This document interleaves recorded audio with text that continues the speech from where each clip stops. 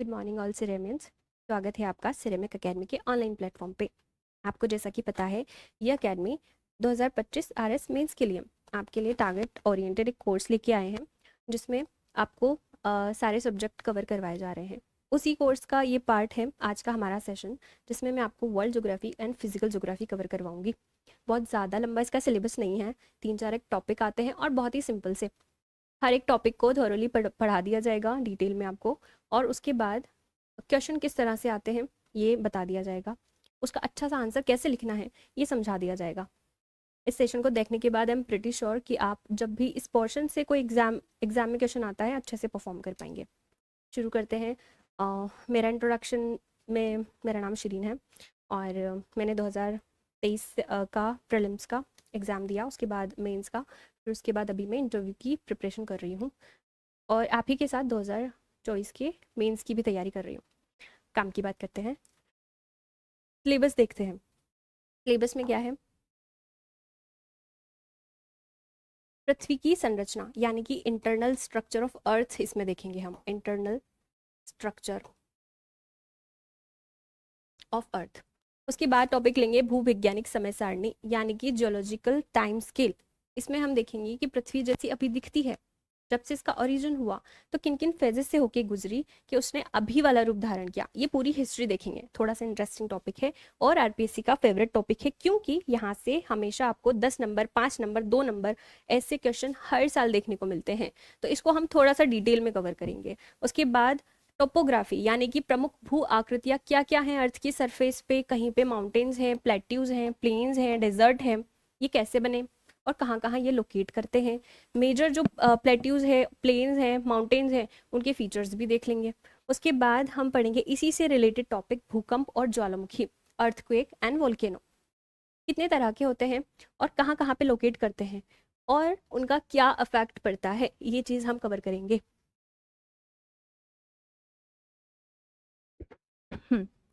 तो ये देख लिया हमने सिलेबस। शुरू करते हैं आज का टॉपिक, जियोलॉजिकल टाइम स्केल्स यानी कि जियोलॉजिकल हिस्ट्री ऑफ अर्थ। जब भी हम इतिहास शब्द सुनते हैं तो हमारे माइंड में राजा महाराजा जैसी चीज़ें आने लगती हैं, लेकिन यहाँ के इतिहास में ऐसा नहीं होगा। यहाँ के कैरेक्टर कुछ और होंगे। यहाँ पे आएगा पेंजिया, पेंथलासा, बड़ा सा एस्ट्रॉयड आगे टकराएगा और चंद्रमा का फॉर्मेशन होगा, मून बनेगा। उसके बाद जीवन की शुरुआत होगी, लेकिन महासागर में। और उस एक जीवन से इतने सारी स्पीशीज डेवलप होंगी, इतना सारा डाइवर्सिटी आएगी ऑर्गेनिज्म में कि हम उसको कहेंगे कैम्ब्रिया विस्फोट की संज्ञा दे देंगे। Age of fishes, age of reptile, age of vertebrate, इतने सारे ऑर्गेनिज्म डेवलप होंगे और सडनली एक एक्सट्रीम इवेंट हो आएगा और सब कुछ खत्म हो जाएगा। जीवन की नई शुरुआत होगी, लेकिन इस बार एक खतरनाक से जानवर के साथ, जिसे हम डायनासोर कहेंगे। डायनासोर भी बहुत सारे तरह के होंगे, different different kind of shapes, और उनकी साइज़ अलग होगी, डिफरेंट डाइटरी हैबिट्स होगी उनकी। कुछ ज़मीन पे होंगे, छोटी छोटे से डायनासोर से शुरुआत होगी और वो थोड़े बड़े हो जाएंगे।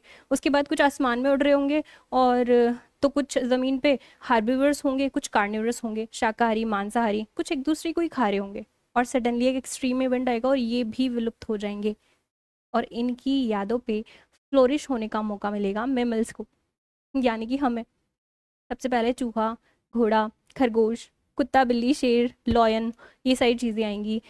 प्लांट किंगडम आएगा, छोटे पौधे, बड़े से पेड़, और उन पेड़ों पे बैठा बंदर, और बंदर से इवॉल्व होंगे हम, यानी कि इंसान। और जिनमें अभी तक भी एवोल्यूशन चल रहा है। आपको याद होगा, जो लोग 2025 से जन्म ले रहे हैं उनको हम बीटा जनरेशन कह रहे हैं, उससे पहले अल्फा जनरेशन चल रही थी। तो इसी तरीके से यहाँ तक की लाइफ जैसे इवॉल्व हुई, अर्थ के ओरिजिन से आज हम हैं, वो सब देखेंगे। ये जो मैंने आपको समअप करके बताया है, ये एक वीडियो के थ्रू भी आपको एक बार देख लो, ताकि आपको आसान हो जाएगा चीज़ों को समझना।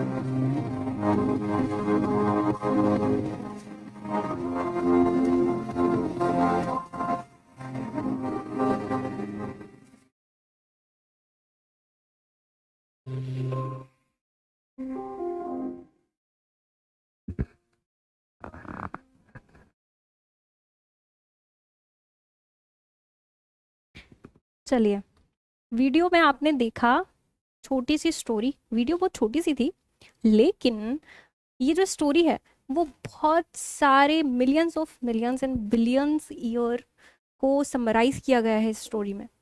और साइंटिस्ट ने इसी इतने ही करोड़ों अरबों वर्षों को एक स्केल में पिरोने के लिए, ताकि आपको समझ आए चीज़ें, कुछ टाइम यूनिट्स का यूज़ किया है। जियोलॉजिकल टर्म्स में कुछ टाइम यूनिट्स बताई हैं ताकि इतने बड़े ईयर्स को एक जगह पे कंसाइज किया जा सके। वो टाइम यूनिट जब आप जियोलॉजिकल टाइम स्केल पढ़ेंगे तो कुछ इस तरह की टर्म्स देखेंगे जो पीछे लिखी हैं, जैसे सुपर इयॉन, इयॉन, इरा, पीरियड्स, इपॉक। ये सब क्या है? ये सब टाइम यूनिट्स है और कुछ नहीं है। इसको ऐसे समझो जैसे बहुत सारे सेकंड्स को मिला के मिनट बन जाते हैं और मिनट को मिला के घंटे बन जाते हैं। घंटे मिलाएंगे आप तो दिन बन जाएगा, और बहुत सारे दिन मिलाएंगे तो मंथ बन जाएगा, मंथ मिलाएंगे तो साल बन जाएगा। उसी तरीके से बहुत सारे इपोक को मिलाएंगे आप तो पीरियड्स बन जाएंगे, पीरियड्स को मिलाओ इरा बनेंगे, इरा को मिला के eon and then super eon बनेंगे। तो ये और कुछ नहीं है, बहुत आसान सी लैंग्वेज में आपको समझा दिया। एक और चीज़ आप नोट करेंगे यहाँ पे कि बहुत सारे नाम लिखे हैं, जैसे आर्कियन इयॉन और Proterozoic eon, Cambrian eon, Precambrian super eon, Phanerozoic eon, Mesozoic और सीनोजोइक, पैलियोजोइक, ये सब नाम आएंगे। ये अजीब से नाम और कुछ नहीं है। इन पीरियड्स में जो जो भी इवेंट्स हुए उनको कनेक्ट करके बस ये नाम दिए गए हैं। जैसे फेनेरोजोइक नाम दिया किसी इयॉन को, फेनेरोजोइक का मतलब था कि जब लाइफ की शुरुआत होती है तो फेनेरोजोइक में ना लाइफ की बिगिनिंग होगी, मतलब सॉरी, फेनेरोजोइक का मतलब है दृश्यजीवी इयॉन। जब लाइफ दिखने लगेगी आपको, ऑब्वियस हो जाएगी, तो उसी हिसाब से ये नाम दिया। इसको एक और आसान लैंग्वेज में आपको समझाने की अगर कोशिश करूँ तो जब आप हिस्ट्री पढ़ते हैं तो आप सिंधु घाटी सभ्यता पढ़ते हैं पहले, फिर वेदों के बारे में जब पढ़ते हैं तो उसको हम कहते हैं कि वो वैदिक इरा था। फिर मौर्यंस आते तो हम कहते हैं कि वो मौर्यन इरा था। गुप्त आएंगे, गुप्त इरा। मेडिवल हिस्ट्री में जाते हैं, मुगल्स आए थे यहाँ पे तो उसको मुगल्स इरा कहा था। फिर ब्रिटिशर आए थे, ब्रिटिश इरा कहा था। तो ये सब नाम दे दिए गए थे उस इराज को। इसी तरीके से नाम दिए गए हैं साइंटिस्ट ने, आर्कियन, हेडियन, इयॉन, ये सारे इयॉन पढ़ेंगे। तो बहुत ही आसान लैंग्वेज में मैंने आपको समझा दिया। अभी बात करते हैं कि अर्थ जो बनी है, अर्थ जिसकी हम हिस्ट्री पढ़ेंगे, वो एग्जिस्टेंस में आई तो कैसे आई? क्योंकि जब अर्थ बनी तो वो भी तो किसी का पार्ट थी ना। वो किसी एक चीज़ का एक छोटा सा पार्ट है। वो एक चीज़ है बड़ी सी जिसको हम यूनिवर्स कहते हैं। अर्थ यूनिवर्स नहीं है, अर्थ तो यूनिवर्स का एक बहुत छोटा सा पार्ट है। साइंटिस्ट कहते हैं, जो आपने वीडियो में भी देखा, कि एक बहुत डेंस पार्टिकल था, बहुत ही छोटा पार्टिकल था, टाइटली पैक्ड। इसमें सडनली एक्सप्लोजन होता है 13.7 अरब वर्ष पूर्व, 13.7 बिलियन ईयर एगो। और चीज़ें बहुत दूर दूर दूर दूर दूर तक फैल जाती हैं इस रूप में कि वो इतने छोटे छोटे पार्टिकल होते हैं, एक गेशियस क्लाउड का फॉर्मेशन कर लेते हैं, जिसे हम नेब्यूला कहते हैं। नेब्यूला बहुत सारे क्लस्टर का निर्माण करती है। बहुत सारे क्लस्टर में फिर बहुत सारी गैलेक्सीज बनती है, स्फेरिकल शेप और डिफरेंट डिफरेंट शेप्स की। ब्रह्मांड में बहुत सारी गैलेक्सीज हैं और उस गैलेक्सीज में बहुत सारे स्टार्स हैं। ब्रह्मांड में जितनी भी गैलेक्सी है उसमें हमारी गैलेक्सी का नाम है मिल्की वे, और मिल्की वे में बहुत सारे स्टार्स हैं। उसमें से अपने स्टार का नाम है सूरज, सन, जिसके चारों ओर रिवॉल्व कर रहे हैं बहुत सारे प्लैनेट्स, लटकी हुई अवस्था में, हैंगिंग सिचुएशन में घूम रहे हैं। थर्ड नंबर पे जो प्लैनेट है वो है हमारा अर्थ, पृथ्वी। आपके दिमाग में ये सवाल आ रहा होगा जो इस बच्चे के दिमाग में आया। क्या पूछ रहा है ये? एक बार ये देखते हैं कि मैंने कहा अर्थ लटकी हुई है हैंगिंग सिचुएशन में, इसको विश्वास नहीं हुआ और ये पूछता है कि धरती आकाश में लटका हुआ है। बता, कोई चीज आकाश में कैसे लटकी रह सकती है? ये देख, चप्पल तो नीचे गिर गई ना। क्यों है नीचे गिर गई। तो इनको बता दें और आपको भी बता दें कि चप्पल क्यों नहीं लटकी रही आकाश में। बहुत ही कॉमन सेंस की बात है कि जब कोई चीज़ रिवॉल्व होती है, रिवोल्यूशन सिचुएशन में होती है, तो अंदर की तरफ एक सेंट्रीपिटल फोर्स तो लगता है जो उसको अंदर खींचता है, लेकिन एक बाहर की तरफ फोर्स लगता है जिसे सेंट्रीफ्यूगल फोर्स कहते हैं। और वो उसको, दोनों फोर्स जब बैलेंस होते हैं और ग्रेविटेशन फोर्स जो सूरज उसको अपनी तरफ खींच रहा है और पृथ्वी का अपना ग्रेविटेशन फोर्स है, और ऑर्बिटल वेलोसिटी जब ले लेती है घूमते हुए अर्थ, तो वो घूम पाती है। इसी तरीके से और प्लैनेट है जो रिवॉल्व कर पा रहे हैं अर्थ के आसपास। तो इसीलिए इनकी चप्पल क्योंकि रिवॉल्व नहीं कर रही थी, क्योंकि उसका बहुत बड़ा मास नहीं था, द्रव्यमान नहीं था अपने आप में, इसलिए वो नहीं लटकी रह पाई आसमान में। शुरुआत करते हैं पृथ्वी के ओरिजिन की, जो शुरू होता है हेडियन इयॉन से। ये वो इयॉन है जब पृथ्वी एग्जिस्ट में आई, अर्थ अपनी एग्जिस्ट में आई। कैसे? इस समय जब अर्थ है जैसी अभी दिखती है वैसी नहीं थी, अंगारा उगलती हुई गोला जैसी थी, बहुत लाल एकदम, और बहुत आग बरस रही थी। क्यों? क्योंकि बहुत ज़्यादा तापमान था यहाँ पे। और इस इयॉन की क्या विशेषताएं हैं? यहाँ पे बनता है एटमॉस्फेयर, और एटमॉस्फेयर में CO2 की अधिकता बहुत ज़्यादा होती है। और क्या विशेषताएं हैं? महासागर बनता है, लेकिन वो बहुत ज़्यादा एसिडिक होता है, एसिडिटी बहुत ज़्यादा होती है। लिथोस्फेयर भी बनेगा, लेकिन बहुत ज़्यादा अनस्टेबल होगा, हाई नहीं होगा, और बड़ा सा एस्टेरॉइड आके टकराएगा, बूम, और एक्सप्लोजन होगा। इधर एक्सप्लोजन होने की जगह पे कोर मर्ज होंगे। बिग बैंग थ्योरी में हमने पढ़ा था, डेंस पार्टिकल में एक्सप्लोजन होता है, यहाँ पे जब टकराएंगे तो एक्सप्लोजन की जगह इनके पार्टिकल एक दूसरे में मर्ज हो जाएंगे, फ्यूज हो जाएंगे, और छोटा सा टुकड़ा छिटक के दूर चला जाएगा और चंद्रमा का निर्माण होगा। तो देखते हैं ये सब कुछ कैसे हुआ हेडियन इयॉन में। इधर समझाते हैं। मैंने हेडियन इयॉन की कुछ विशेषताएं बताई आपको। क्या? कि जब हेडियन इयॉन था, इतना बोल्ड पॉइंट कैसे हो गया इसका? जब हेडियन इयॉन था, विच इज हेडियन इयॉन, तो इसकी कुछ एक विशेषताएं हैं। पहली, the earth was hot like hell, बहुत ज़्यादा हॉट थी, टेम्परेचर बहुत ज़्यादा था। दूसरी चीज़ देखी, एटमॉस्फेयर बना, लेकिन उसमें CO2 बहुत ज़्यादा थी। तीसरी चीज़ देखी, ओशियन भी बनने लगता है, पूरा बना नहीं था लेकिन बनने की शुरुआत हो गई थी। उस ओशियन में एसिडिटी बहुत ज़्यादा थी, वो था एसिडिक। चौथी चीज़ देखेंगे, मून फॉर्मेशन होगा, चंद्रमा की एंट्री होगी, मून फॉर्मेशन, ये सब होगा। एग्जाम में क्वेश्चन आएगा तो ये सारी विशेषताएं लिखनी है। पर एक बार समझते हैं कि ये सब हुआ कैसे। हॉट थी कैसे? जब हेडियन इयॉन स्टार्टिंग फेज में था, यानी कि जब ब्रह्मांड का निर्माण हुआ था, तो ब्रह्मांड भी बहुत ज़्यादा अनस्टेबल था। बहुत सारे एस्टेरॉयड, मिटियोर्स और पता नहीं कौन कौन से मैटर्स, पार्टिकल आके पृथ्वी से टकराते रहते थे, यहाँ पे बॉम्बार्डिंग होती रहती थी। इसीलिए हेडियन इयॉन में एक इरा आएगा, छोटा सा लेट बॉम्बार्डमेंट इरा।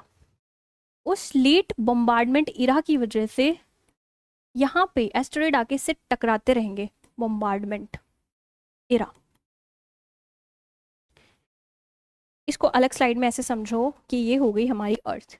यहाँ से बहुत सारे एस्टेरॉयड आ रहे हैं और इसकी सरफेस से टकरा रहे हैं। जब भी कोई चीज़ बहुत ज़्यादा स्पीड के साथ किसी चीज़ से टकराती है तो बहुत ज़्यादा एनर्जी रिलीज़ होती है, और क्योंकि बहुत ज़्यादा एनर्जी रिलीज़ होती है, वो एनर्जी जनरेट करती है बहुत ज़्यादा हीट। इसी हीट की वजह से तापमान इतना बढ़ जाता है कि पृथ्वी की जो भी मैटर्स थे, जो भी रॉक्स थी, जिन भी चीज़ों से पृथ्वी बन रही थी, वो मोल्ट हो जाती है, मेल्ट हो जाती है। Rocks get melt. Molten states में जो रॉक होती हैं वो क्रस्ट पे बार बार आती रहती हैं, फिर अंदर जाती है, फिर मॉल्ट होती है, फिर एस्टेरॉयड आके टकराते हैं। तो इस मॉल्टन रॉक्स की वजह से अर्थ पे क्रस्टो बनती है, अर्थ पे लिथोस्फेयर तो बनता है, इसको कहेंगे स्थल मंडल। लिथोस्फेयर तो बनेगा, लेकिन वो बहुत ज़्यादा अनस्टेबल रहेगा। अनस्टेबल यानी कि बहुत ज़्यादा अस्थायी, स्थायी तो नहीं लेगा अभी।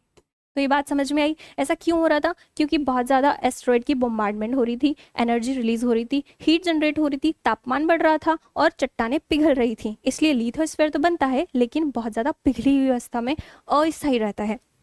दूसरा हमने क्या देखा यहाँ पे विशेषता कि एटमॉस्फेयर बनने लगता है, लेकिन एटमॉस्फेयर में CO2 बहुत ज़्यादा होती है। ये एक चीज़ समझना कि ये है अर्थ। CO2 कैसे ज़्यादा है, ये है अर्थ। अर्थ पे आ रहे हैं एस्टेरॉइड, बहुत ज़्यादा हीट जनरेट हो रही है और चट्टानें पिघल रही हैं। जब ये चट्टानें पिघलती हैं तो मैग्मा बनता है, और मैग्मा जब प्रेशर के साथ इरप्ट होके बाहर आता है तो उसको हम कहते हैं वॉल्केनिक इरप्शन हो रहे हैं। तो इस तरह से वॉल्केनिक इरप्शन हो रहा था और पृथ्वी के अंदर जो भी गैसेस पार्टिकल थे, जो भी गैसेस थी वो बाहर आ रही थी, बाहर आ रही थी। किस तरह की गैसेस हो सकती हैं ये? हाइड्रोजन, हाइड्रोजन सल्फाइड, कुछ वाटर वेपर्स भी थी और कुछ CO2 भी थी। CO2 कुछ नहीं थी इसमें, सबसे ज़्यादा अमाउंट में जो गैस बाहर आ रही थी ना वो CO2 थी। और CO2 इतनी ज़्यादा अमाउंट में बाहर आती है कि ऊपर जाके ये गैसेस एक लेयर का फॉर्मेशन कर लेती है, अर्थ के सराउंडेड एक लेयर बना लेती है। उसी को कहा हमने कि एटमॉस्फेयर बन गया। लेकिन CO2 बहुत ज़्यादा थी उन गैसेस में, इसलिए कहेंगे कि एटमॉस्फेयर बना, लेकिन एटमॉस्फेयर में CO2 की मात्रा बहुत ज़्यादा थी। ये चीज़ आपको समझ में आ गई होगी। उसके बाद हमने कहा ओशन बनने लगा। ओशन सडनली नहीं बन गया। आपको लग रहा होगा कि पृथ्वी पे इतनी ज़्यादा हीट है, मॉल्टन रॉक्स हैं, तो यहाँ पे पानी एग्जिस्ट कैसे कर सकता है। तो ये बात समझना कि पृथ्वी जिन मैटर से बनी है उसमें बहुत सारे पार्टिकल्स हैं, उसमें वाटर के सॉलिड पार्टिकल्स भी थे। और क्योंकि मैंने आपको अभी बताया कि एस्टेरॉइड आके टकरा रहे थे, जो एस्टेरॉइड दूर से आ रहे थे ना, सोलर सिस्टम कैसा होता है अपना, ये सन है, इसके रिवॉल्व कर रहे हैं बहुत सारे प्लैनेट्स, उनका ये ऑर्बिट है। तो 6-7 ऐसे ऑर्बिट है जिसमें जो अंदर वाले जो प्लैनेट है वो रॉकी मैटर से बने हैं और थोड़े गर्म हैं। बाहर वाले जो प्लैनेट हैं और बाहर जो भी मैटर है वो गैसियस मैटर है, थोड़ा गैसों के बने हैं और थोड़ा सा उसमें वाटर मॉलिक्यूल्स भी हैं। तो वहाँ से जो एस्टेरॉइड आएंगे वो अपने साथ साथ सॉलिड वाटर मॉलिक्यूल्स लेके आएंगे, सॉलिड वाटर एलिमेंट्स या जो भी कह लो। ये जब आएंगे अर्थ पे, जब एस्टेरॉइड आएंगे तो अर्थ के वाटर पार्टिकल, अर्थ के सॉलिड वाटर पार्टिकल्स और यहाँ से आने वाले वाटर पार्टिकल्स फ्यूज हो जाएंगे अर्थ की कोर में, अर्थ के मैंटल में, अर्थ के क्रस्ट पे। और जब भी वॉल्केनिक इरप्शन होगा, मैंने कहा कि उस टाइम पे वॉल्केनिक इरप्शन बहुत ज़्यादा हो रहा था, वॉल्केनिक इरप्शन बहुत ज़्यादा हो रहा था।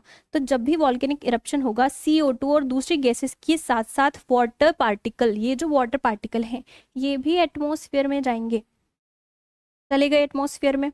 अभी यहाँ क्या हुआ कि यहाँ तो तापमान था बहुत ज़्यादा सरफेस पे, जैसे जैसे ये ऊपर जाएंगे वहाँ पे तापमान इनको मिलेगा कम, थोड़ा सा कम तापमान। तो जब भी ऐसा होता है कि सरफेस पे ज़्यादा तापमान है और ऊपर जाते जाते किसी चीज़ को कम तापमान मिलता है तो वो संघनन की क्रिया होती है, वहाँ पे एक कंडेंसेशन, संघनन। तो ये वाटर पार्टिकल्स जाएंगे ऊपर, संघनन होंगे, इनका कंडेंसेशन होगा और बहुत सालों में जाके थोड़ा थोड़ा पानी गिराना शुरू करेंगे। तो यहाँ पे स्टार्ट होती है रेनफॉल की, रेनफॉल स्टार्ट हो जाता है। और जैसे जैसे ये थोड़ा थोड़ा पानी गिराने लगते हैं तो बहुत सालों में जाके हमें एक वाटर बॉडी मिलती है जिसे आगे जाके हम पैंथलासा कहेंगे। तो यहाँ से बन गया ओशन, क्योंकि इन्वायरमेंट में, एटमॉस्फेयर में और हर जगह CO2 बहुत ज़्यादा थी, एसिडिक कंटेंट बहुत ज़्यादा थे, इसलिए हम कहेंगे कि महासागर तो बना लेकिन उसमें एसिडिटी बहुत ज़्यादा थी। ये बहुत आसान लैंग्वेज में मैंने आपको समझा दिया कि कैसे ओशन बना, कैसे एटमॉस्फेयर बना, एटमॉस्फेयर में CO2 कैसे ज़्यादा थी, ओशन में एसिडिटी कैसे ज़्यादा थी, तापमान बहुत ज़्यादा था तो अनस्टेबल लिथोस्फेयर थी। एक और चीज़ है जो यहाँ पे हमने लिखी, चौथा फीचर, कि चंद्रमा का निर्माण होता है हेडियन इयॉन में ही आके। ये कैसे होता है, ये इस स्लाइड से समझ लो आप, ये कैसे होता है। यहाँ पे स्लाइड लगा रखी है, बहुत ही आसान लैंग्वेज में आपको समझ में आ जाएगा कि बहुत ही बड़ा सा मार्स के बराबर का एक एस्ट्रॉयड आता है और पृथ्वी से टकरा जाता है। दोनों के मैटर्स एक दूसरे में फ्यूज हो जाते हैं, छोटा सा एक टुकड़ा छिटक के दूर चला जाता है और वो पकड़ लेता है अर्थ की ग्रेविटी। ग्रेविटी पकड़ के अर्थ के गुरुत्व आकर्षण बल में रह के वो अर्थ के आसपास ही रिवॉल्व होने लगते हैं। वो पार्टिकल अभी दूर दूर हैं उसके, वो पार्टिकल रिवॉल्व होते होते होते होते एक जगह पे इकट्ठा होंगे और एक स्फेरिकल शेप ले लेंगे और सुंदर सा चांद का निर्माण कर देंगे। तो इस तरीके से चांद बनता है। देखो ये आया एस्टेरॉइड बहुत दूर से, उस एस्टेरॉइड का नाम था थिया, इसलिए इसको द थिया प्रोसेस भी कहते हैं। थिया जब आएगा और पृथ्वी से टकराएगा तो थिया के मैटर्स और अर्थ के मैटर्स में होगा कोलिजन और ये दोनों एक दूसरे में फ्यूज हो गए। कुछ कुछ मैटर्स हैं जो बाहर रह गए, बाहर रह के उन्होंने पकड़ ली अर्थ की ग्रेविटी और वो घूमने लग गए ऐसे, और एक डेब्रिस डिस्क का निर्माण कर लिया। कुछ समय बाद घूमते घूमते वो एक जगह पे कंसाइज हुए और स्फेरिकल शेप लिया और चंद्रमा का निर्माण हो गया। तो ऐसे बनता है हमारा चंद्रमा। और इसी दौरान एक और इम्पॉर्टेंट चीज़ हुई, जब ये टकराव हुआ था तो पृथ्वी ने 23.5 डिग्री का टिल्ट ले लिया, जिस टिल्ट की वजह से आज सीजन फॉर्मेशन होता है, ऋतुओं का निर्माण होता है। तो ये हमने समझ लिया कि हेडियन इयॉन में क्या क्या हुआ था। 4 इंपॉर्टेंट चीज़ें हुई, फिर से रिवाइज करते हैं एक बार। हेडियन इयॉन में क्या हुआ, पृथ्वी बहुत ज़्यादा गर्म थी, एस्टेरॉइड आके इससे इतने टकरा रहे थे कि बहुत ज़्यादा हीट जनरेट हो रही थी, जो इसकी सरफेस पे जो चट्टाने हैं या इसके अंदर जो भी चट्टाने हैं वो मॉल्टन स्टेट में थी। ठीक है, इसलिए क्योंकि मॉल्टन स्टेट में थी तो लिथोस्फेयर बना, लेकिन वो अस्थायी था, अनस्टेबल था।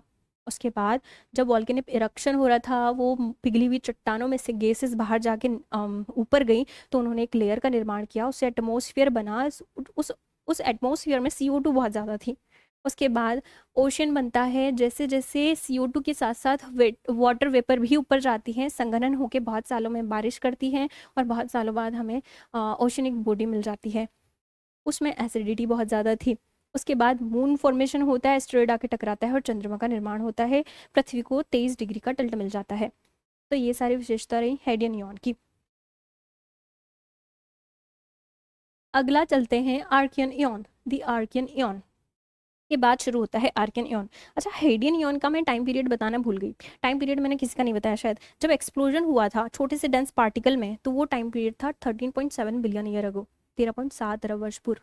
तब बना थी गैलेक्सी, सूरज बना था, यूनिवर्स बना था अपना, ब्लैक होल, ये सब चीज़ें जनरेट हुई थी, स्टार्स बने थे। 13.7 बिलियन ईयर अगो के जब आप ऊपर आते हैं, थोड़ा सा आगे आते हैं, तो सबसे पहला इयॉन आता है हेडियन इयॉन, जिसमें पृथ्वी बनती है। उसका टाइम पीरियड है 4.6 और ये चलता है 4 बिलियन ईयर अगो तक, 4.6 से 4 तक चलेगा ये।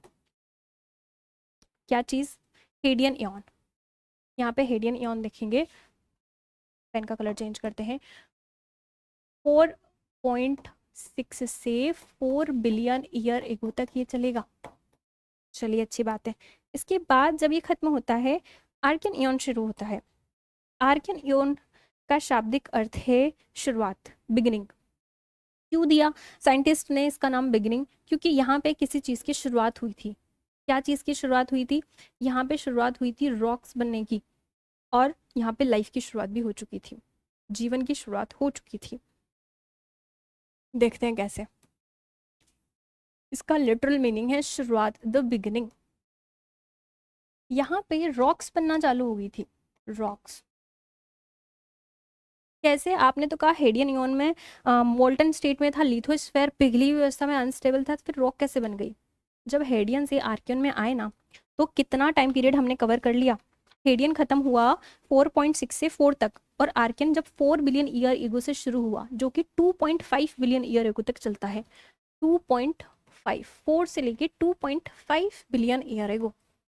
तो इस लंबे टाइम पीरियड में पृथ्वी आते आते थोड़ी ठंडी हो गई, उसका तापमान थोड़ा सा कम हो गया, और तापमान कम होने की वजह से अब लिथोस्फेयर में स्टेबिलिटी आ रही है। अब वो मैटर्स हैं जो ऊपर लेयर बनाना चालू कर रहे हैं और जमना चालू कर रहे हैं, तो इससे अर्थ की क्रस्ट का निर्माण होता है। लिथोस्फेयर अब स्टेबल हो जाता है। जब स्टेबल होगा तो यहाँ पे चट्टाने बनना शुरू हो जाएगी, रॉक्स बनना शुरू हो जाएगी। इसीलिए यहाँ पे जो रॉक्स बनी इस समय, उसको हम कहते हैं आर्कियन रॉक सिस्टम। आप पढ़ेंगे रॉक सिस्टम, जब पढ़ेंगे तो आर्कियन रॉक सिस्टम करके एक चट्टान आएगी, इसीलिए कहेंगे उसको क्योंकि वो इस इयॉन में बनी। और इसीलिए आर्कियन रॉक सिस्टम को हम ओल्डेस्ट रॉक सिस्टम कहते हैं, सबसे पुराने, क्योंकि तभी बनना स्टार्ट हो गई थी।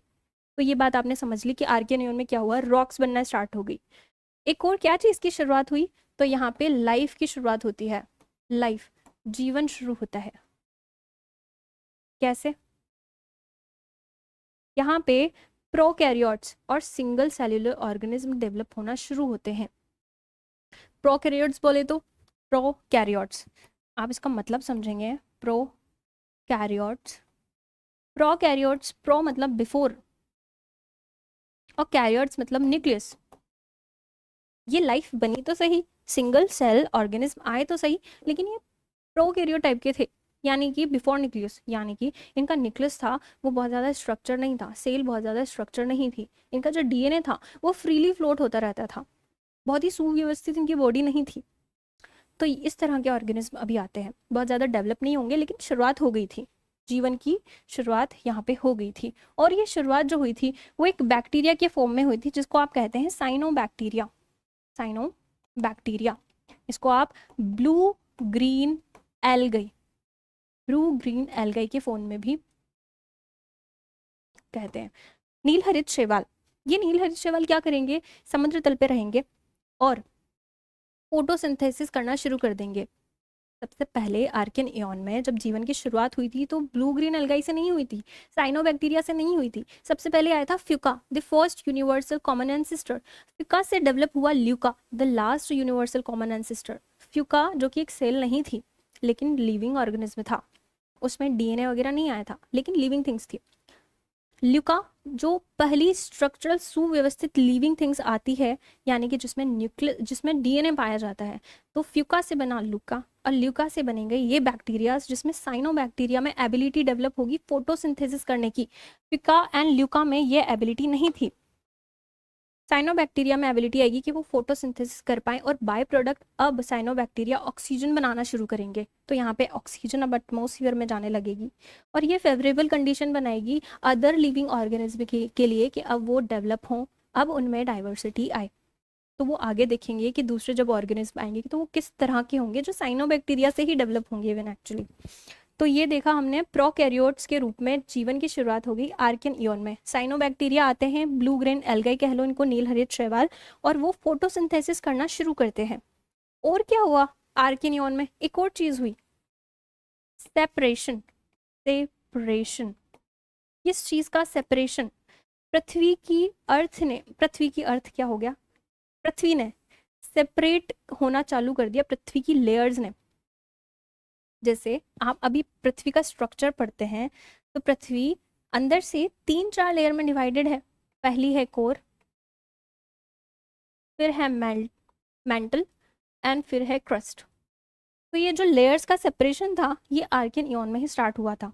कैसे, जब बहुत भारी एलिमेंट्स जो थे अर्थ पे, बहुत भारी एलिमेंट्स कैसे सेपरेट हुई ये चीज़ समझो। भारी एलिमेंट्स जो थे जैसे कि निकल एंड फेरस, निकल एंड फेरस, क्योंकि वो भारी थे उन पे ग्रेविटेशन बहुत ज़्यादा लग रहा था तो वो खिंचते चले गए पृथ्वी की केंद्र की तरफ और उन्होंने कंडेंस्ड होके एक सॉलिड सी, बहुत ज़्यादा सॉलिड सी एक कोर का निर्माण कर लिया। जब आप इंटरनल स्ट्रक्चर पढ़ेंगे तो पढ़ेंगे ना कि जो कोर है उसको नीफे लेयर कहते हैं। वो इसीलिए कहते हैं क्योंकि वो निकल और फेरस से बनी है। ये हैं थोड़े भारी एलिमेंट जो कि अंदर जाते चले गए, ये बात। उसके बाद यहाँ पे मेंटल जो लेयर्स है उसमें यूरेनियम, थोरियम, प्लूटोनियम जैसे radio active particle, radio active elements आके इकट्ठा हो जाएंगे।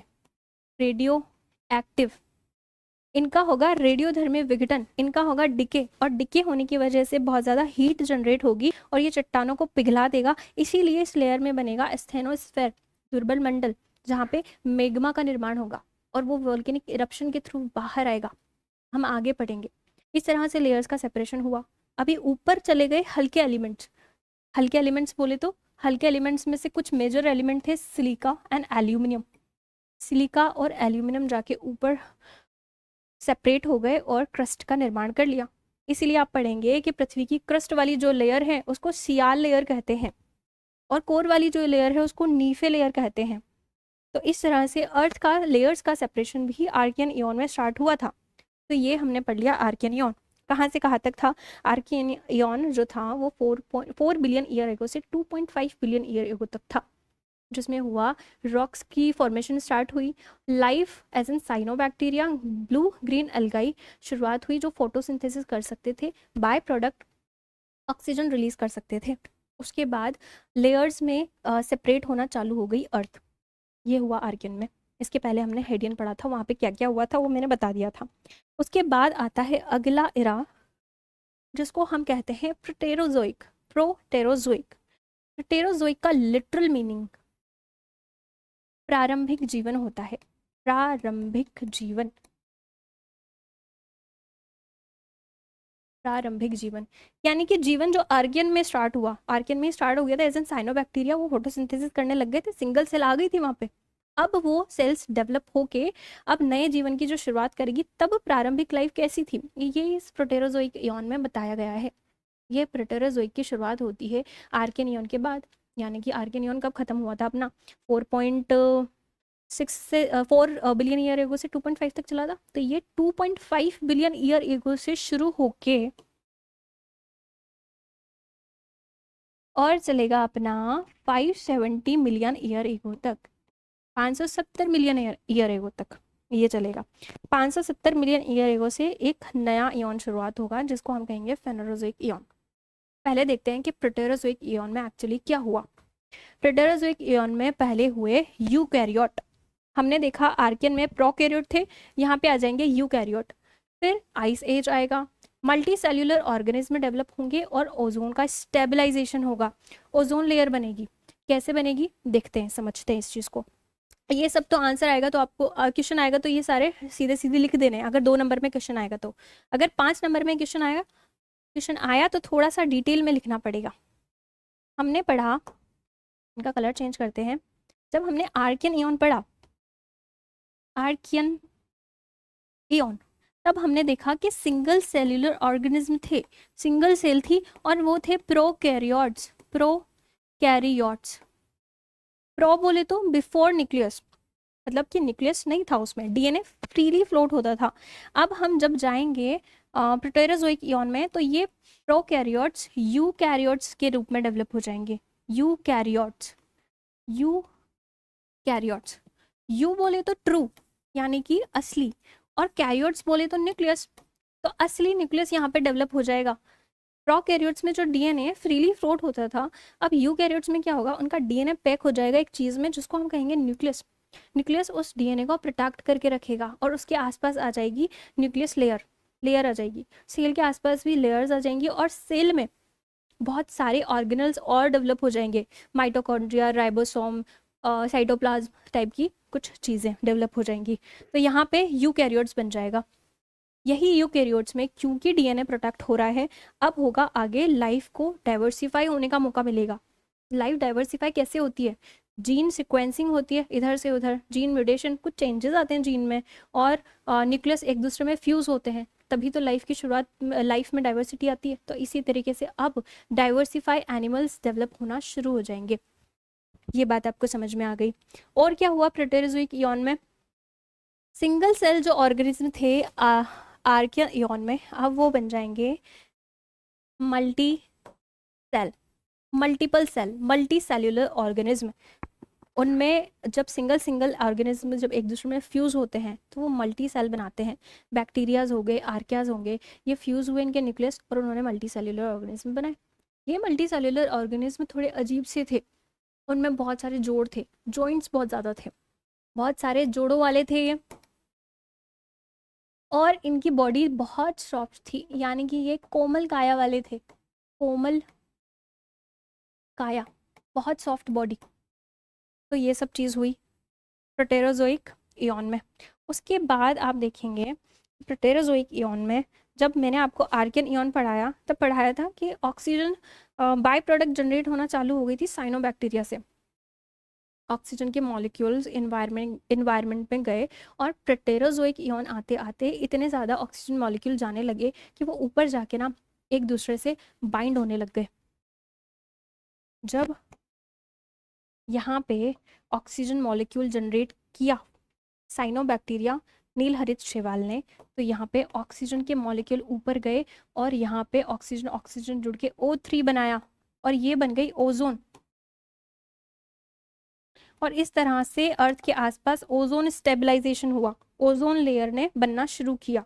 तो यहाँ पे एक और विशेषता ये रही प्रोटेरोजोइक की कि फर्स्ट यूकैरियोट्स आए, फर्स्ट मल्टी सेल्यूलर ऑर्गेनिज्म आए, यानी कि बहुकोशिकीय जीव, जो किस तरह के दिखते थे, बहुत सारे जॉइंट्स थे उनको, और बहुत सारी उनकी जो बॉडी थी वो बहुत सॉफ्ट थी।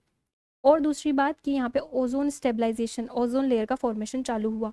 और क्या हुआ, प्रोकैरियोट से यूकैरियोट्स डेवलप हुए। तो ये सारी विशेषता रही प्रोटेरोजोइक की। एक और चीज़ रही कि यहाँ पे जब आर्कियन इयॉन में बहुत ज़्यादा ऑक्सीजन जाने लग गई एटमॉस्फेयर में। जब आर्कियन इयॉन में बहुत ज़्यादा एटमॉस्फेयर में ऑक्सीजन जाने लग गई ब्लू ग्रीन एल्गाई के द्वारा, तो आर्कियन इयॉन से शुरू हो गया था great oxygenation event, the great oxygenation event. ये सारा मैंने नोट्स बना के रखे हैं आपके लिए, उसमें लिख के दिया है, तो कुछ एक पॉइंट मिस भी हो जाते हैं तो नोट्स में से कवर हो जाएंगे।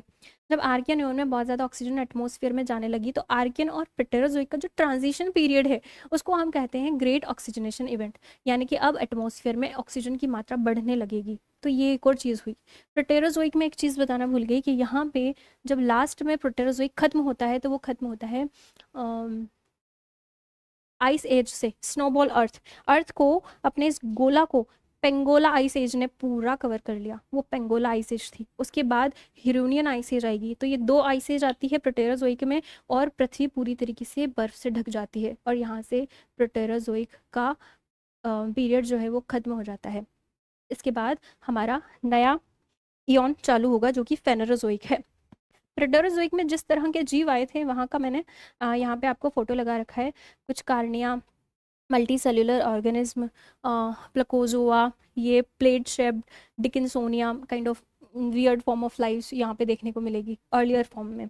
आँख नाक मुंह क्या होते हैं इनके कुछ नहीं पता, ये जमीन पे चिपके रहते हैं, इनके पास जो भी खाने को आता है वो ही खा पाते हैं। अब ये मूवेबल नहीं है, ये लाइफ मूवेबल होगी आगे जाके, देखते हैं कैसे। अगला इयॉन आता है फेनेरोजोइक इयॉन। एक और बात देखो यहाँ पे कि ये जो तीनों इयॉन पढ़े हमने, हेडियन, आर्कियन और प्रोटेरोजोइक, इन तीनों को कंबाइन करके साइंटिस्ट ने बोला है कि ये प्री कैम्ब्रियन सुपर इयॉन था। इनको प्री कैम्ब्रियन सुपर इयॉन में रख दिया। कोई आपसे टाइम पूछता है प्री कैम्ब्रियन सुपर इयॉन का, तो इन तीनों के टाइम को ऐसे जोड़ देना कि शुरुआत हुई थी हेडियन की 4.6 बिलियन ईयर एगो से। और क्या लिखेंगे यहाँ पे, प्रोटेरोजोइक, हेडियन के बाद आर्कियन, और आर्कियन के बाद प्रोटेरोजोइक जब खत्म हुआ, यानी कि तब क्या चल रहा था, 570 मिलियन ईयर एगो। तो आपको कोई प्री कैम्ब्रियन का टाइम पूछता है ना कि कब से कब तक था, तो ये 4.6 बिलियन ईयर एगो से 570 मिलियन ईयर एगो तक था। चालू करते हैं नया आयोन, फेनेरोजोइक। फेनेरोजोइक का अर्थ है विजिबल लाइफ, यानी कि लाइफ दिखने लगी, लाइफ को हम देख पाए। अभी इतने ज़्यादा ऑर्गेनिज्म आ जाएंगे और थोड़े बड़ी साइज में आएंगे कि हमें पता चलेगा कि हाँ अब जीवन की शुरुआत होने लगी है, लाइफ बिकम ऑब्वियस, यहाँ पे दिखने लग जाएगी। इसलिए इस फेनेरोजोइक का नाम रखा, इसलिए इस इयॉन का नाम रखा फेनेरोजोइक, मतलब कि विजिबल लाइफ। यहाँ से शुरुआत होती है उस इयॉन की जो इयॉन अभी तक चल रहा है वर्तमान में। अगर आपसे कोई पूछता है कि कौन सा इयॉन चल रहा है, तो यही इयॉन चल रहा है। वैसे तो टाइमली अगर टाइम स्केल में देखें तो ये सिर्फ 11% ही कंसिडर करता है, 11% ही कंट्रीब्यूशन है इसका अर्थ की हिस्ट्री में। और प्री कैम्ब्रियन जो देखा था हमने, प्री कैम्ब्रियन उसका 89% था, वो बहुत लंबे समय तक चला था, लेकिन उस दौरान उसका बहुत ज़्यादा कंट्रीब्यूशन नहीं था, क्योंकि तब तो चीज़ें बहुत बिखरी हुई सी थी, और स्फेरिकल शेप लेके अर्थ वर्थ का निर्माण हुआ, और लाइफ में पहले फर्स्ट लाइफ ही वहाँ पे विजिबल हुई। वो 89% कंट्रीब्यूट करता है, बहुत लंबा चला, लेकिन ये 11% कंट्रीब्यूट करता है। इंपॉर्टेंट चीज़ ये है कि सबसे ज़्यादा डाइवर्सिटी और पृथ्वी ने जो वर्तमान रूप धारण किया ना, वो इसी इयॉन में किया, तो इसलिए इसके इवेंट्स बहुत ज़्यादा इंपॉर्टेंट हो जाते हैं। 11% था, लेकिन बहुत ज़्यादा डाइवर्सिफाई इवेंट यहाँ पे देखने को मिलेंगे। किसी भी इयॉन जो चीज़ बहुत लंबी होती है उसको हम इरा में डिवाइड करते हैं। साइंटिस्ट ने इसको इरा में डिवाइड किया, 3 इरा में डिवाइड किया। सबसे पहले वाला जो इरा आएगा वो आएगा पैलियोजोइक, आपको दिख नहीं रहा है, पैलियोजोइक। देन आएगा मीजोजोइक, और देन आएगा सीनोजोइक इरा। पढ़ते हैं। पैलियोजोइक का मतलब होता है पूरा जीव, यानी कि पुरानी जीवन की बात करेगा, पुराना सा जीवन।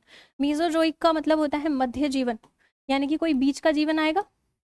और सीनोजोइक का मतलब होता है नव जीवन, एक नया जीवन। और कोई पूछता है कि अभी कौन सा एरा चल रहा है, तो वो चल रहा है सीनोजोइक, न्यू लाइफ, जिसमें ह्यूमन का एवोल्यूशन हुआ। इसी को हम एज ऑफ मेमल्स भी कहते हैं, मेमल्स। पैलियोजोइक, पैलियोजोइक में बहुत सारी डाइवर्सिटी आएगी महासागर में, और स्थल पर प्रथम जीवन देखने को मिलेगा अपने को। उसके बाद मीसोजोइक, मीसोजोइक में डायनासोर्स आएंगे, डायनासोर्स। तो इसको एज ऑफ रेप्टाइल्स भी कहेंगे, बहुत ज़्यादा रेप्टाइल्स होंगे इस समय, और इस समय मेमल्स इवॉल्व होंगे, इसलिए इसको एज ऑफ मेमल्स कहेंगे। एक एक करके पढ़ते हैं। पैलियोजोइक, पैलियोजोइक को फर्दर डिवाइड किया है साइंटिस्ट ने 6 पीरियड्स में। पैलियोजोइक अपने आप में बहुत लंबा टाइम पीरियड है, इसलिए ठीक से इसकी अंडरस्टैंडिंग डेवलप हो सके हमारे अंदर, अलग अलग इवेंट्स हुए, लाइफ शुरू होगी, आइस एज आएगी, महाविलोपन होगा, सब कुछ खत्म हो जाएगा, इस तरह के से ब्रेक कर करके इसको 6 पीरियड्स में डिवाइड किया है। पहला पीरियड आएगा कैम्ब्रियन, कैम्ब्रियन के बाद आएगा ऑर्डोविशियन, ऑर्डोविशियन के बाद आएगा Silurian, Devonian, Carboniferous and Permian. एक एक करके सारे इवेंट पढ़ते हैं। शुरुआत होगी कैम्ब्रियन ईयन से। इतने ज़्यादा लाइफ यहाँ पे डेवलप होगी और इतनी ज़्यादा डाइवर्सिटी आ जाएगी, इतनी ज़्यादा डाइवर्सिटी यहाँ पे आ जाएगी कि हम उसको कैम्ब्रियन विस्फोट की संज्ञा दे देंगे। एक्सप्लोजन हो गया लाइफ का, इतने ज़्यादा डाइवर्स एनिमल आ गए कि विस्फोट हो गया, इसलिए कैम्ब्रियन विस्फोट का हम इसको संज्ञा दे देंगे। चलते चलते यहाँ से अलग अलग इवेंट आएंगे और ये खत्म होगा परमियन इयन से, महाविलोपन से, मतलब कि ग्रेट डाइंग से। ये इवेंट कहलाता है ग्रेट डाइंग इवेंट। देखते हैं पेलियोजोइक की जर्नी कैसी थी। परमियन, एक अलग से टेबल बनानी पड़ेगी। समुद्र भाग में कुछ अलग हो रहा था, स्थल में कुछ अलग चीज़ें हो रही थी और पर्वत भी थोड़े अलग बन रहे थे। इस टेबल में मुझे नहीं लगता कि मैं इसको कंसाइज कर पाऊंगी। नई स्लाइड लेके मैं आपको समझाती हूँ कि कैम्ब्रियन में क्या हो रहा था एक्चुअली। कैम्ब्रियन इयन, कैम्ब्रियन नाम कैसा लग रहा है, थोड़ा अलग सा लग रहा है। ये नाम कुछ नहीं है। जब यूके है, यूके में एक जगह है वेल्स, उस वेल्स में इस काल की चट्टानें पाई गई, रॉक्स पाई गई, इसलिए इस इयन का नाम रख दिया, इस पीरियड का नाम रख दिया कैम्ब्रियन इयन। क्यों? क्योंकि वेल्स का लेटिन नाम कैम्ब्रिया था, कैम्ब्रिया, इसलिए इस इयन का नाम, इस पीरियड का नाम रख दिया कैम्ब्रियन पीरियड। ठीक है, अभी कैम्ब्रियन इयन में क्या क्या हुआ आपने देखा। आर्कियन में सिंगल सेल डेवलप हुआ, फिका से ल्यूका बना, ल्यूका से साइनोबैक्टीरिया, साइनोबैक्टीरिया ने फोटोसिंथेसिस किया, ऑक्सीजन प्रोड्यूस की, वो प्रोकैरियोट्स था। प्रोटेरोजोइक में आके वो यूकैरियोट बना, मल्टी सेल्यूलर ऑर्गेनिज्म बने। अभी यहाँ पे वो मल्टी सेल्यूलर ऑर्गेनिज्म जो बने उनको कहेंगे इनवर्टिब्रेट, इनवर्टिब्रेट्स, यानी कि अकशेरुकी। बहुत ज़्यादा डाइवर्सिफाई लाइफ आई लेकिन अकशेरुकी के रूप में। क्या होता है इनवर्टेब्रेट्स? यानी कि जिनको रीढ़ की हड्डी नहीं होती, रीढ़ की हड्डी विहीन वाले जो जीव है वो आएंगे यहाँ पे। तो इनवर्टेब्रेट बहुत ज़्यादा होंगे यहाँ पे। उसके बाद यहाँ पे होगा, इन इनवर्टेब्रेट के ऊपर आएगा कैल्शियम कार्बोनेट का कवच, कैल्शियम कार्बोनेट का एक कवच। इस लाइफ को कुछ चेंजेस होंगे, ये चेंजेस थोड़ा डीप में जाके अगर समझें तो जैसे कि मैंने कहा कि एसिडिक वो था ओशन, फिर बाद में ऑक्सीजन आती है और एसिडिटी उसकी कम होती है, और भी कुछ इरोजन वगैरह होता है ओशन में, और बहुत सारे केमिकल चेंज होते हैं। ये केमिस्ट्री में चेंज करना अलाउ करेगा, ये एबिलिटी डेवलप करेगा कि इन ऑर्गेनिज्म के ऊपर एक सुरक्षा कवच डेवलप हो कैल्शियम कार्बोनेट का। तो कैल्शियम कार्बोनेट का एक कवच, shells, skeleton, some hard kind of things इन पे डेवलप हो जाएंगी और ये अपने आप को प्रोटेक्ट कर पाएंगे। अब ये भी ये मूवेबल नहीं है, एक जगह पड़े हुए हैं। दूसरी जगह ओशन में क्या हो रहा है, एक जगह तो कैल्शियम कार्बोनेट की कवच वाले जीव डेवलप हो रहे हैं, एक जगह पे हो रहा है ऐसे जीव जो स्विम कर पा रहे हैं, मूव कर पा रहे हैं। उनकी ऊपर उनकी पीठ पे एक सॉफ्ट कार्टिलेज, अभी ये नहीं कहूंगी कि रीढ़ की हड्डी आ गई थी, एक सॉफ्ट कार्टिलेज जैसी एक चीज़ आती है, फ्लेक्सिबल होती है वो, जो उनकी टेल को पावर देती है कि वो आगे थोड़ा धकेल सके अपने आप को और ऐसे करके वो स्विम कर सके। तो ऐसे छोटे छोटे स्विम करने वाले, यानी कि मूव करने वाले, एक जगह से दूसरी जगह पे ऐसे जीव डेवलप हो जाएंगे इस पीरियड में। एक जगह तो डेवलप हो रहे हैं जिन पे कैल्शियम कार्बोनेट का कवच है, एक जगह डेवलप हो रहे हैं जो अपने आप को मूव कर पा रहे हैं। किस तरीके से? सॉफ्ट कार्टिलेज करके एक रोड आ जाएगी उनके ऊपर वैसे। और क्या हो रहा है, क्योंकि कैल्शियम कार्बोनेट कवच वाले जीव आ गए, बहुत सारे जीव आ गए, तो यहाँ मिल गया ना अपने को कार्बन, कार्बन के रूप में। ये जब जीव चट्टानों में दबेंगे तो उन चट्टानों में हमें जीवाश्म मिलना चालू हो जाएंगे, तो फॉसिल फ्यूल बियरिंग रॉक्स हमें मिलना चालू हो जाएंगी। जीवाश्म वाली चट्टानें, जीवाश्मयुक्त चट्टानें इस यौन में आके, इस पीरियड में आके मिल जाएंगी। जीवाश्मयुक्त चट्टानें, ये हटेगा कैसे? I don't know. हट जाओ भाई। Okay, thank God. तो जीवाश्मयुक्त चट्टानें अपने को मिल जाएगी। क्या क्या हुआ कैम्ब्रियन यौन में? सबसे पहले वेल्स का लेटिनम कैम्ब्रिया पे इसका नाम रखा गया है। बहुत सारे जीव जो प्रोटेरोजोइक में आए, अब उनमें डाइवर्सिटी आ जाएगी और कैल्शियम कार्बाइड के कवच युक्त जीव हमें मिलने लग जाएंगे। उसके बाद इनमें और डाइवर्सिटी आएगी और इसके बाद इतने ज़्यादा डाइवर्सिफाई एलिमेंट हो जाएंगे कि उसको हम कहेंगे कैम्ब्रिया विस्फोट। उसके बाद कुछ जीव में कार्टिलेज की एक रोड डेवलप होगी जो अपने आप को आगे धकेल पाएंगे, वो मूव कर पाएंगे। तो मूविंग ऑर्गेनिज्म भी डेवलप होते रहेंगे साथ में, और इनके फॉसिल फ्यूल जनरेट होंगे और फॉसिल फ्यूल बियरिंग रॉक्स हमें मिलने लगेगी जिसमें हमको जीवाश्म मिलने लगेगा। तो ये सब हुआ। ये सब जो हो रहा है वो समुद्र में हो रहा है, महासागरों में। स्थल पे अभी सन्नाटा पड़ा है, कुछ नहीं हो रहा है यहाँ पे। ऑक्सीजन नहीं है, आपको पता है, स्थल पे इनफ, और अभी लाइफ नहीं पहुंची है स्थल पे, तो स्थल पे कुछ नहीं हो रहा होगा। ये सारी चीजें कैम्ब्रिया में जो भी हुई, कैम्ब्रिया विस्फोट, अकशेरुकी जीव का आना, ये सब कुछ हुआ है अपने महासागर में। फिर आता है ऑर्डोवीशियन, नया युग की शुरुआत होती है और यहाँ पे ऑर्डोवीशियन आता है। कैम्ब्रियन के बाद आएगा ऑर्डोवीशियन। ऑर्डोवीशियन को अलग से स्लाइड लेके मैं समझाती हूँ।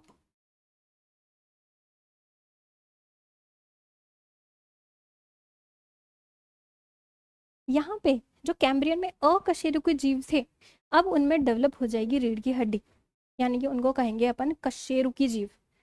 कशेरुकी जीव।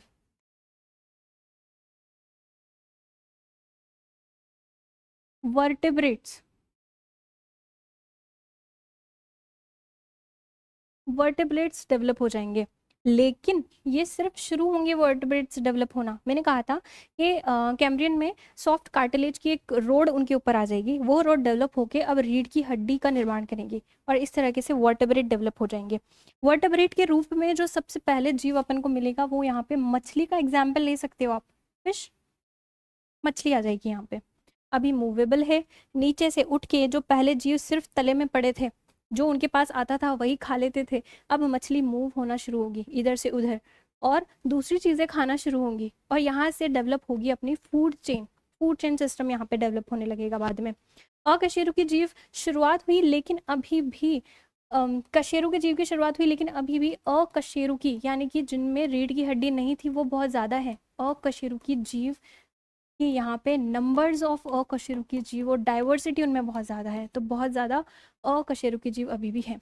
यहाँ पे क्या होगा, यहाँ पे समुद्र में वनस्पति डेवलप होने लगेगी, प्लांट्स आने लगेंगे। तो यहाँ पे एक और चीज़ होगी, समुद्र में प्लांट्स आने लगेंगे। समुद्री घास जो है वो तो कैम्ब्रियन में ही आ गई थी, अब उस घास में और तरह तरह के वेराइटीज आएंगी और प्लांट किंगडम जो है समुद्र में आ चुका है यहाँ से। उसके बाद स्थल भाग में अभी भी ऑक्सीजन नहीं है और वहां पे कुछ नहीं हो रहा है। इसके बाद जो यौन आता है उसको हम कहते हैं Silurian, Silurian period, Silurian period. यहाँ पे क्या हुआ, हमने इसके पहले वाले में देखा कि कशेरुकी जीव वाले कशेरुकी मतलब कि रीढ़ की हड्डी वाले जीव बनना शुरू हो गए। अभी वो रीढ़ की हड्डी वाले जीव बहुत ज़्यादा डाइवर्सिफाई हो जाएंगे, उसमें डिफरेंट डिफरेंट स्पीशीज आ जाएंगे और वो नंबर्स में भी बहुत ज़्यादा हो जाएंगे। इसीलिए सिलूरियन पीरियड को हम कहेंगे एज ऑफ वर्टिब्रेट्स, कशेरुकी का युग, कशेरुकी जीवों का युग कह लेंगे अब इसको। उसके बाद क्या होगा, यहाँ पे जो वनस्पति डेवलप हुई बहुत ज़्यादा, उस वनस्पति में और एक स्पीशीज आएगी और प्रवाल डेवलप हो जाएगा। यहाँ पे coral reefs, coral reefs, coral बनने लगेंगी। सिम्बायोटिक रिलेशनशिप हमको देखने को मिलेगा जीवों में, और स्केलेटन के ऊपर वो जीव आके चिपकेगा और एक दूसरे की लाइफ को सपोर्ट करेंगे, तो सिम्बायोटिक रिलेशन हमको यहाँ पे देखने को मिलेगा और इसी तरीके से प्रवाल का निर्माण होगा सिलूरियन एज में। अभी एक इम्पॉर्टेंट चीज़ हुई सिल्यूरियन की कि स्थल भाग में यहाँ पे कुछ हलचल होने लगी स्थल भाग में। ये चीज़ तो महासागर में हो रही थी। स्थल भाग में क्या हो गया, फर्स्ट लाइफ हमको देखने को मिलेगी, लाइफ देखने को मिलेगी। किसकी फॉर्म में, यहाँ पे प्लांट किंगडम तो नहीं आएगा, ये तो नहीं कहेंगे कि प्लांट किंगडम आ गया, लेकिन प्लांट किंगडम का जो एंसेस्टर था उससे शुरुआत होगी। जैसे कि आप नहीं देखते कि कंजी वंजी सी जमी रहती है कहीं पे, तो पेड़ पौधे पूरी पत्तियां वत्तियां उनमें शाखाएं नहीं आएंगी, शुरुआत होगी उस मॉसेस जैसे, जैसे मॉसेस नहीं जमा होते। लेट्स यहाँ पे अगर हम ऐसे माउंटेन बनाए, let's take it as a mountain surface, और यहाँ पे आप कभी देखेंगे कि यहाँ पे रॉक्स पे या कहीं भी यहाँ पे हरी हरी कंजी सी जम गई है, वो है तो पेड़ पौधे नहीं, पर इस तरीके से लाइफ की शुरुआत होती है अर्थ पे। और इसका नाम, इस कंजी का नाम साइंटिस्ट को जो सबसे पुरानी जो एविडेंस मिले हैं उसको कहा है कुकसोनिया। कुकसोनिया नाम से यहाँ पे मोजेस जमा होने लग जाएंगे, यानी कि यहाँ पे हो गई है लाइफ की शुरुआत स्थल भाग में। कहाँ, कब, सिल्यूरियन पीरियड में। और समुद्र में क्या हो रहा है यहाँ पे, कशेरुकी जीव का युग, यानी कि जो वर्टेब्रेट्स थे, रीढ़ की हड्डी वाले थे, वो बहुत ज़्यादा मात्रा में आ जाएंगे। और उसके बाद समुद्र में प्रवाल विकसित होंगी, कोरल विकसित होंगी। तो ये हो गया स्थल भाग में सिल्यूरियन। उसके बाद आता है डिवोनियन पीरियड। तो डिवोनियन पीरियड में क्या होगा, यहाँ पे सिल्यूरियन पीरियड में जो डेवलपमेंट हुआ वो आगे जाके डिवोनियन, मैंने आपको कहा सिल्यूरियन में एज ऑफ वर्टिब्रेट्स आएगी, मतलब कि मछलियाँ बहुत ज़्यादा होने लगेगी। और यहाँ पे डाइवर्सिटी मछलियों की बहुत ज़्यादा हो गई, इसीलिए इसको कहा हमने age of fishes, age of fishes. इसमें तरह तरह की मछलियाँ आएंगी। पहले जो मछलियाँ थी उनमें स्केलेटन नहीं था, वो ऐसी कोमल सी थी, मूवेबल बहुत कम थी, बहुत ही कम दूरी तक मूव हो सकती थी। अब वो थोड़ी ऊपर आने लगेगी, साइज में बढ़ने लगेगी, उनके फिन यानी पंख पंख निकलेंगे, उनमें जो आने लगेगा, जबड़ा आने लगेगा, ताकि वो आसपास जो भी जीव आए तो उसको अपने अंदर खा सके। तो इस तरह की मछलियाँ डेवलप होंगी। इतनी सारी मछलियाँ डेवलप हो जाएंगी कि डिवोनियन को हमने एज ऑफ फिश कह दिया। उसके बाद होगा स्थल भाग में क्या हो रहा है, स्थल भाग में क्या हो रहा है।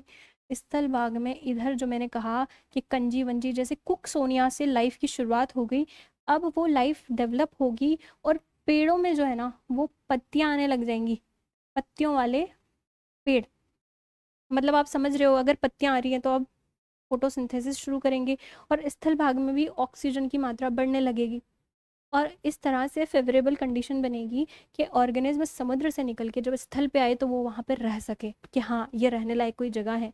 तो यहाँ पे अब लाइफ शुरू हो जाएगी। कैसे कि यहाँ पे पत्तियों वाले पौधे आ गए, ये पत्तियों वाले पौधे करेंगे फोटोसिंथेसिस और बाय प्रोडक्ट ऑक्सीजन रिलीज करेंगे एटमोसफियर में। तो ये हुआ डिवोनियन में, इससे ज़्यादा और कुछ नहीं। एक और चीज़ हुई बहुत अच्छी सी, उभयचर आ गए। अभयचर लिख दिया मैंने। उभयचर क्या होता है, उभयचर मतलब कि एम्फीबियंस। और ये क्या होता है एम्फीबियंस, मतलब कि ऐसे जीव जो पानी में भी रह सकते हैं, जो ज़मीन पे भी रह सकते हैं। सडनली उभयचर कैसे आ गए, कहाँ से आए, थोड़ा सा डिटेल में जाके समझे हैं। तो मैंने आपको समझाया था कैम्ब्रियन इयॉन में, कैम्ब्रियन पीरियड में, कि उनके जो ऑर्गेनिज्म थे, फर्स्ट लिविंग ऑर्गेनिज्म, उनमें कैल्शियम कार्बोनेट की कवच आए। फिर उनमें कार्टिलेज की एक रोड आई फ्लेक्सिबल, जो उनको मूव करने के लिए एबिलिटी दी। थोड़ा मूव होके आगे आए, फिर रीढ़ की हड्डी वाले आए। फिर रीढ़ की हड्डी वाले आने से वो और ज़्यादा डेवलप हुए, तो उनमें फिर जो फिशेज आई थी वो आई थी लॉब फाइंड फिशेस, यानी कि इनके पंख थे और इनके लॉब्स डेवलप हुए, जो कि इनको अलाउ किया कि आप आके थोड़ा सा शेलो वाटर में आ जाए। शेलो वाटर बोले तो जैसे ये क्रस्ट है अपनी अर्थ की, और यहाँ से डाउन जाती है ओशनिक प्लेट, और यहाँ से आता है पानी। तो जो यहाँ पे है ना, जहाँ पे इमर्जेंस हो रहा है, ये दोनों आके मिल रही हैं, कॉन्टिनेंटल और ओशनिक प्लेट। यहाँ पे जो पानी है मतलब कि शेलो वाटर है, यहाँ पे समुद्र तट कह लो, बहुत ही आसान लैंग्वेज में। समुद्र तट पे क्या होता है, शेलो वाटर होता है, छिछला पानी होता है। तो फिशेज में ऐसी ऐसी एबिलिटी डेवलप हो गई कि वो आके शेलो वाटर में रह पाए। और शेलो वाटर में क्योंकि रह पाई, तो एक और फैक्टर है उनका इस चीज़ का, उभयचर आने का, कि जब सन के अराउंड प्लैनेट्स रिवॉल्व होते हैं तो हाई टाइड्स, लो टाइड्स, ज्वार भाटा जैसी चीज़ें आती है तो समुद्र का पानी पीछे हटता है वापस आगे आता है, पीछे हटता है वापस आगे आता है। जब ये शेलो वाटर में रह रही होगी मजबूरन उसको देखा होगा कि पानी पीछे चला गया और वो वहीं पे रह गई। उसने देखा कि पानी में तो नहीं हूँ, बाहर हूँ, यहाँ पे रहा जा सकता है, लेकिन थोड़े दिन रह पाई। उसको पता चला नहीं नहीं नहीं, यहाँ पे बहुत ज़्यादा सही नहीं है मेरे लिए, वापस अंदर आ गई पानी में। इसी तरीके से वो बाहर भी रही अंदर भी रही। रिप्रोड्यूस करने के लिए एक्चुअल में तो उनको अंदर ही जाना पड़ता था, थोड़े टाइम बाहर रहेगी तो क्या हुआ। तो इस तरह से उभयचर बनने लगे, उभयचर इवॉल्व हुए जो थोड़े टाइम स्थल पे भी आए और समुद्र में भी गए। इस तरह की जो फिश थी ना, जो पहली बार जो बाहर आई थी, साइंटिस्ट के अनुसार उसको टिकटालिका कहते हैं। टिकटालिका, टिकटालिका नाम की एक फिश थी जो सबसे पहले समुद्र से बाहर आके रहना चालू हुई, लेकिन वो वापस अंदर चली गई थी। फिर बाद में सही जो वेल डेवलप्ड एम्फीबियंस है वो डेवलप होंगे, जैसे कि मेंढक और मगरमच्छ, कछुए, ये पूरी तरीके से बाहर आ जाएंगे। लेकिन रिप्रोडक्शन के लिए ये अभी भी अंदर जाएंगे, रिप्रोड्यूस करने के लिए ये अभी भी पूरी तरीके से बाहर नहीं आएंगे। फिर बाद में इनसे डेवलप होकर रेप्टाइल्स बनेंगे। आपको पता है रेप्टाइल्स क्या होते हैं, जो रेंग रेंग के चलते हैं, इन्हीं से डेवलप हुए थे। इनको तो आदत थी बहुत साल पहले कि तैर तैर के चलते थे। एम्फीबियंस में, रेप्टाइल्स में पैर तो आएंगे छोटे छोटे से, लेकिन वो तैरने वाली आदत तो इतनी जल्दी भूलेंगे नहीं ना, इसलिए वो अपने आप को घसीट घसीट के चलेंगे, रेंग के चलेंगे, इसलिए उनको रेप्टाइल्स कहते हैं। तो कछुए, मगरमच्छ, इन्हीं से ही रेप्टाइल्स डेवलप होंगे। रेप्टाइल से ही बड़ी फॉर्म डेवलप होगी और फिर डायनासोर्स आएंगे और डायनासोर से फिर बर्ड्स आएंगे और फिर बाद में मेमल्स डेवलप होंगे। इस तरीके से लाइफ इवॉल्व होती है। तो ये चीज़ मैंने आपको समझाई यहाँ पे। सिलूरियन के बाद हमने डेवोनियन देख लिया। डेवोनियन के बाद हम देखेंगे डेवोनियन में क्या क्या हुआ। एज ऑफ फिशेस, मछलियाँ बहुत सारी आ गई, उनमें वेराइटी आ गई। स्थल भाग में क्या हुआ, पत्तियों वाले प्लांट्स आ गए जो कि फोटोसिंथेसिस कर पाए और बाय प्रोडक्ट ऑक्सीजन रिलीज कर पाए। टिकटालिका नाम की फिश जो मजबूरन बाहर आई फिर वापस अंदर चली गई। ये फेवरेबल कंडीशन फॉर्म होगी अब एम्फीबियंस के लिए, एम्फीबियंस डेवलप होंगे, कछुए, मगरमच्छ, ये सब कुछ चीज़ें। अब चलते हैं कार्बोनिफेरस इयॉन में। कार्बोनिफेरस इयॉन कह रही हूँ बार बार, ये पीरियड्स चल रहा है, हम पीरियड्स पढ़ रहे हैं। कार्बोनिफेरस ये इंपॉर्टेंट है, क्यों? क्योंकि पहले क्वेश्चन पूछा जा चुका है। कार्बोनिफेरस, हैंडराइटिंग अच्छी नहीं आ रही है, पता नहीं क्यों, अच्छा लिखने की कोशिश करती हूँ, कैसे नहीं आ रही है। कार्बोनिफेरस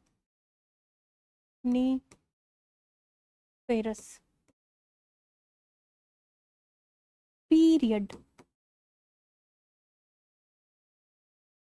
इसमें क्या होगा, समुद्र में तो वही चीज़ हो रही है कि फिशेस और ज़्यादा डेवलप हो रही है, फिशेस डेवलप हो रही है, पंख पंख आ रहे हैं उनको, जो आ रहे हैं जबड़े आ रहे हैं, ताकि वो इनगल्फ कर पाए और खा पाए जीवों को। और उनकी शेप बदल रही है, साइज बदल रही है।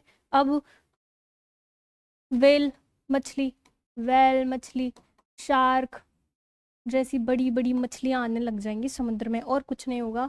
समुद्री जो वनस्पति है, वनस्पति यानी कि प्लांट किंगडम जो ओशन में है, वो और ज़्यादा डेवलप हो जाएगा। इंपॉर्टेंट चीज़ है स्थल भाग में जो हुई कैम्ब्रियन में, स्थल पे बहुत इंपॉर्टेंट चीज़ें हुई। पहली बात तो स्थल पे उभयचर से आ गए, उभयचर यानी कि एम्फीबियन से आ गए वर्टिब्रेट्स। वर्टिब्रेट मतलब वही कि जिनको रीढ़ की हड्डी थी। वर्टिब्रेट्स में क्या आते हैं, हम मेमल्स आते हैं, हम रेप्टाइल्स आते हैं, बर्ड्स आते हैं, ये सब वर्टिब्रेट में आते हैं, सबको रीढ़ की हड्डी होती है। तो कार्बोनिफेरस में वर्टिब्रेट्स आ गए, वर्टिब्रेट्स यानी कि कशेरुकी जीव आ गए, कशेरुकी। अभी क्या हुआ कार्बोनिफेरस में, कार्बोनिफेरस में पेंजिया बनना शुरू हो गया। क्या होता है ये पेंजिया, और ये बना नहीं, बनना शुरू हुआ है। जब हमने पढ़ा था पेडियन में कि स्थलमंडल बना, आर्कियन में अभी क्रस्ट बनने लगी, तो वो जो क्रस्ट थी ना वो दूर दूर दूर दूर दूर दूर थी, पैचेस में थी। अब वो पास आना चालू होगी, पास आना चालू होगी कार्बोनिफेरियस पीरियड में, और पास आके वो बड़ा सा लैंडमास बनाएगी जिसको हम कहेंगे पेंजिया, रोडीनिया भी कह सकते हो आप इसको। तो पेंजिया बनाएगी, तो यहाँ से पेंजिया बनना शुरू हुआ। अब ये कैसे पास आ रही है वो अपन जब इंटरनल स्ट्रक्चर पढ़ेंगे अर्थ का, तो वहाँ पे प्लेट टेक्टोनिक पढ़ेंगे। यानी कि पृथ्वी की जो क्रस्ट है वो बहुत सारी प्लेटों से मिलके बनी है। उसके नीचे का मैग्मा उसको पुल करता है इधर से उधर मूव करने के लिए। कन्वेंशनल करंट की वजह से वो कभी इधर मूव होती हैं, कभी इधर मूव होती है। तो ये जो प्लेट्स हैं वो मूव होती है, इसी इसी प्लेट मूवमेंट की वजह से वो लिथोस्फेयर जो जगह जगह पैचेस में था वो जाके अभी इकट्ठा होगा और पेंजिया बना लेगा, बड़ा लैंडमास। तो कार्बोनिफेरस में पेंजिया बनना शुरू हो गया। उसके बाद यहाँ पे क्या हुआ कार्बोनिफेरस में, इसके बाद यहाँ पे कोल बनना डेवलप हो गया। आपने सुना होगा कोल की बहुत सारी वेराइटीज़ होती हैं, बिटुमिनस, कार्बोनिफेरस, लिग्नाइट, पीट, इस तरह की। जिसमें कार्बोनिफेरस जो कोल है वो अच्छी वैरायटी का कोयला माना जाता है क्योंकि इसमें कार्बन बहुत ज़्यादा था। कार्बन बहुत ज़्यादा कैसे होगा किसी चीज़ में, कार्बनिक एलिमेंट्स बहुत ज़्यादा होंगे और एक वो बहुत ज़्यादा पुराना होगा। तो इस पीरियड में जो कोल बना वो इस पीरियड का बना हुआ कोल जहाँ पे भी पाया जाता है उसकी गुणवत्ता बहुत अच्छी होती है और उस कोल को हम कार्बोनिफेरस कोल कहते हैं। तो यहाँ पे कोल बनना चालू हो गया। अभी स्थल भाग में कैसे हुआ थोड़ा डिटेल में पढ़ेंगे तो फिर ये रिवीजन क्लास का मतलब नहीं रह जाएगा। इन शॉर्ट डिटेल बता देती हूँ। ये हुआ होगा कि पेंजिया जब एक दूसरे के पास आएंगे, पहले तो पैचेस में थे तो ओशन से उनको मॉइस्चर मिल रहा था। अभी वो एक दूसरे के पास आगे बड़ा सा लैंडमास फॉर्म हो गया। तो ये जो फॉरेस्ट थे, जो पेड़ थे यहाँ पे पेंजिया पे, उनको मॉइस्चर नहीं मिलेगा ओशन से थोड़ा। तो उसके बाद ये कोलाप्स कर जाएंगे, ये गिर जाएंगे और चट्टानों में दब जाएंगे। उस समय इस यहाँ पे एक इवेंट होता है, उसको कार्बोनिफेरस फॉरेस्ट कोलाप्स भी कहते हैं। बहुत लंबा नाम है, कार्बोनिफेरस फॉरेस्ट कोलाप्स। सारे पेड़ पौधे जंगल कोलाप्स कर गए थे क्योंकि पानी की कमी हो गई थी, बहुत ज़्यादा क्राइसिस हो गया था, वाटर क्राइसिस, मॉइस्चर क्राइसिस, इसकी वजह से। और यहाँ पे कोल डिपोजिशन हुआ, कोल का निर्माण हुआ। उसके बाद यहाँ पे आ गए रेप्टाइल्स। रेप्टाइल्स आ गए स्थल भाग में और उनकी बहुत ज़्यादा संख्या हो गई। रेप्टाइल्स बोले तो रेंगने वाले। कैसे आए थे ये पूरी कहानी मैंने आपको समझाई, एम्फीबियन से पूरी तरह बाहर आए, चिपकली, फिर उसी से डायनासोर बनेंगे आगे। तो कार्बोनिफेरस में तीन चार चीज़ें हुई। समुद्र में तो क्या हुआ, फिशेज में वेराइटीज़ आ रही है, डेवलप हो रही है फिशेज, उसमें जबड़े वगैरह, शार्क, वेल, बड़ी बड़ी फिशेज डेवलप हो रही है, different different kind of fishes. उसके बाद समुद्र में वनस्पति थोड़ी डेवलप हुई। उसके बाद कार्बोनिफेरस में क्या हुआ, स्थल भाग में इंपॉर्टेंट चीज़ हुई, वर्टेब्रेट्स आए, कशेरुकी जीव आए, पेंजिया बनना शुरू हो गया। स्थल जो भाग थे वो पास पास जुड़ के बड़ा सा लैंडमार्क फॉर्म करेंगे। कार्बोनिफेरस फॉरेस्ट कोलैप्स करके एक इवेंट होगा, सारे पेड़ पौधे सब नष्ट हो जाएंगे और वहाँ पे जो उनका अवशेष होंगे, फॉसिल्स होंगे, वो कोल के रूप में बन जाएंगे अंदर दब के चट्टानों के नीचे। इसलिए इस पीरियड के कोल हमें आज देखने को मिलते हैं। ये हुआ। इसके बाद रेप्टाइल्स आ गए बहुत सारे। एक और चीज़ मैं बताना भूल गई, कार्बोनिफेरस और डिवोनियन एज में बताना भूली नहीं, अब बताऊंगी आगे। एक एक्सटिंक्शन हुआ जिसको हम ऑर्डोविशियन सिलूरियन एक्सटिंक्शन बोलते हैं।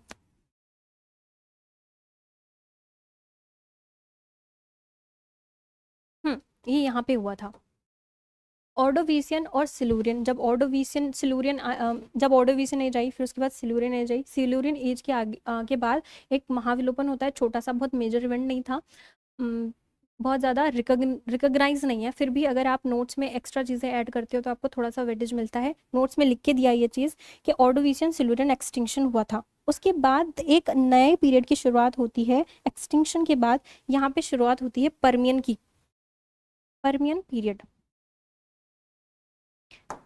Permian period.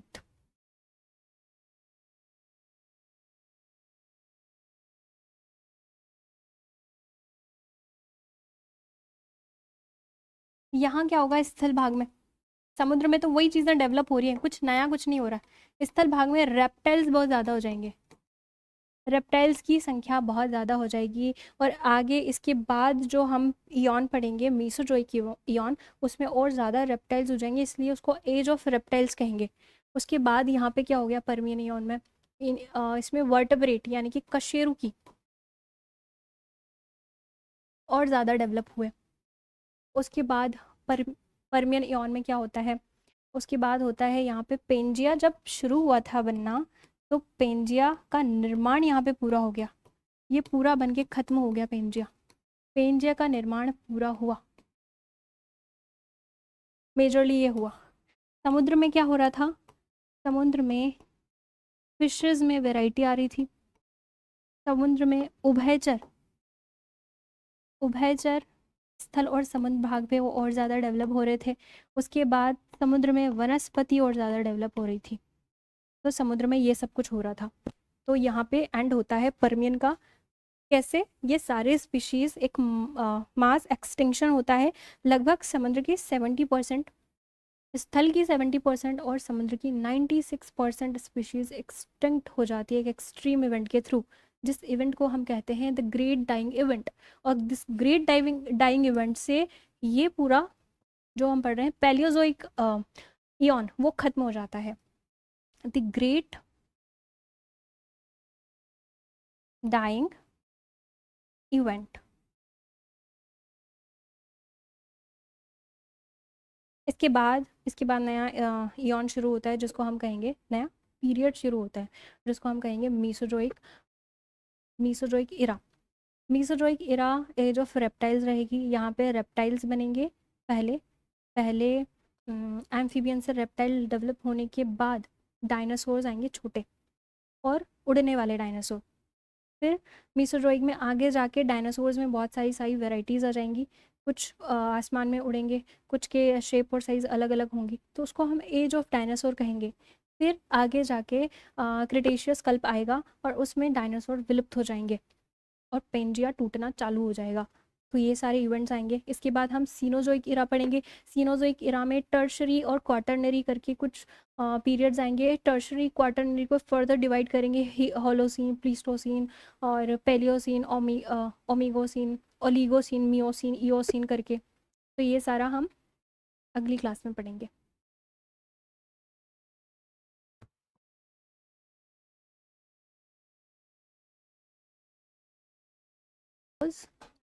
ठीक है।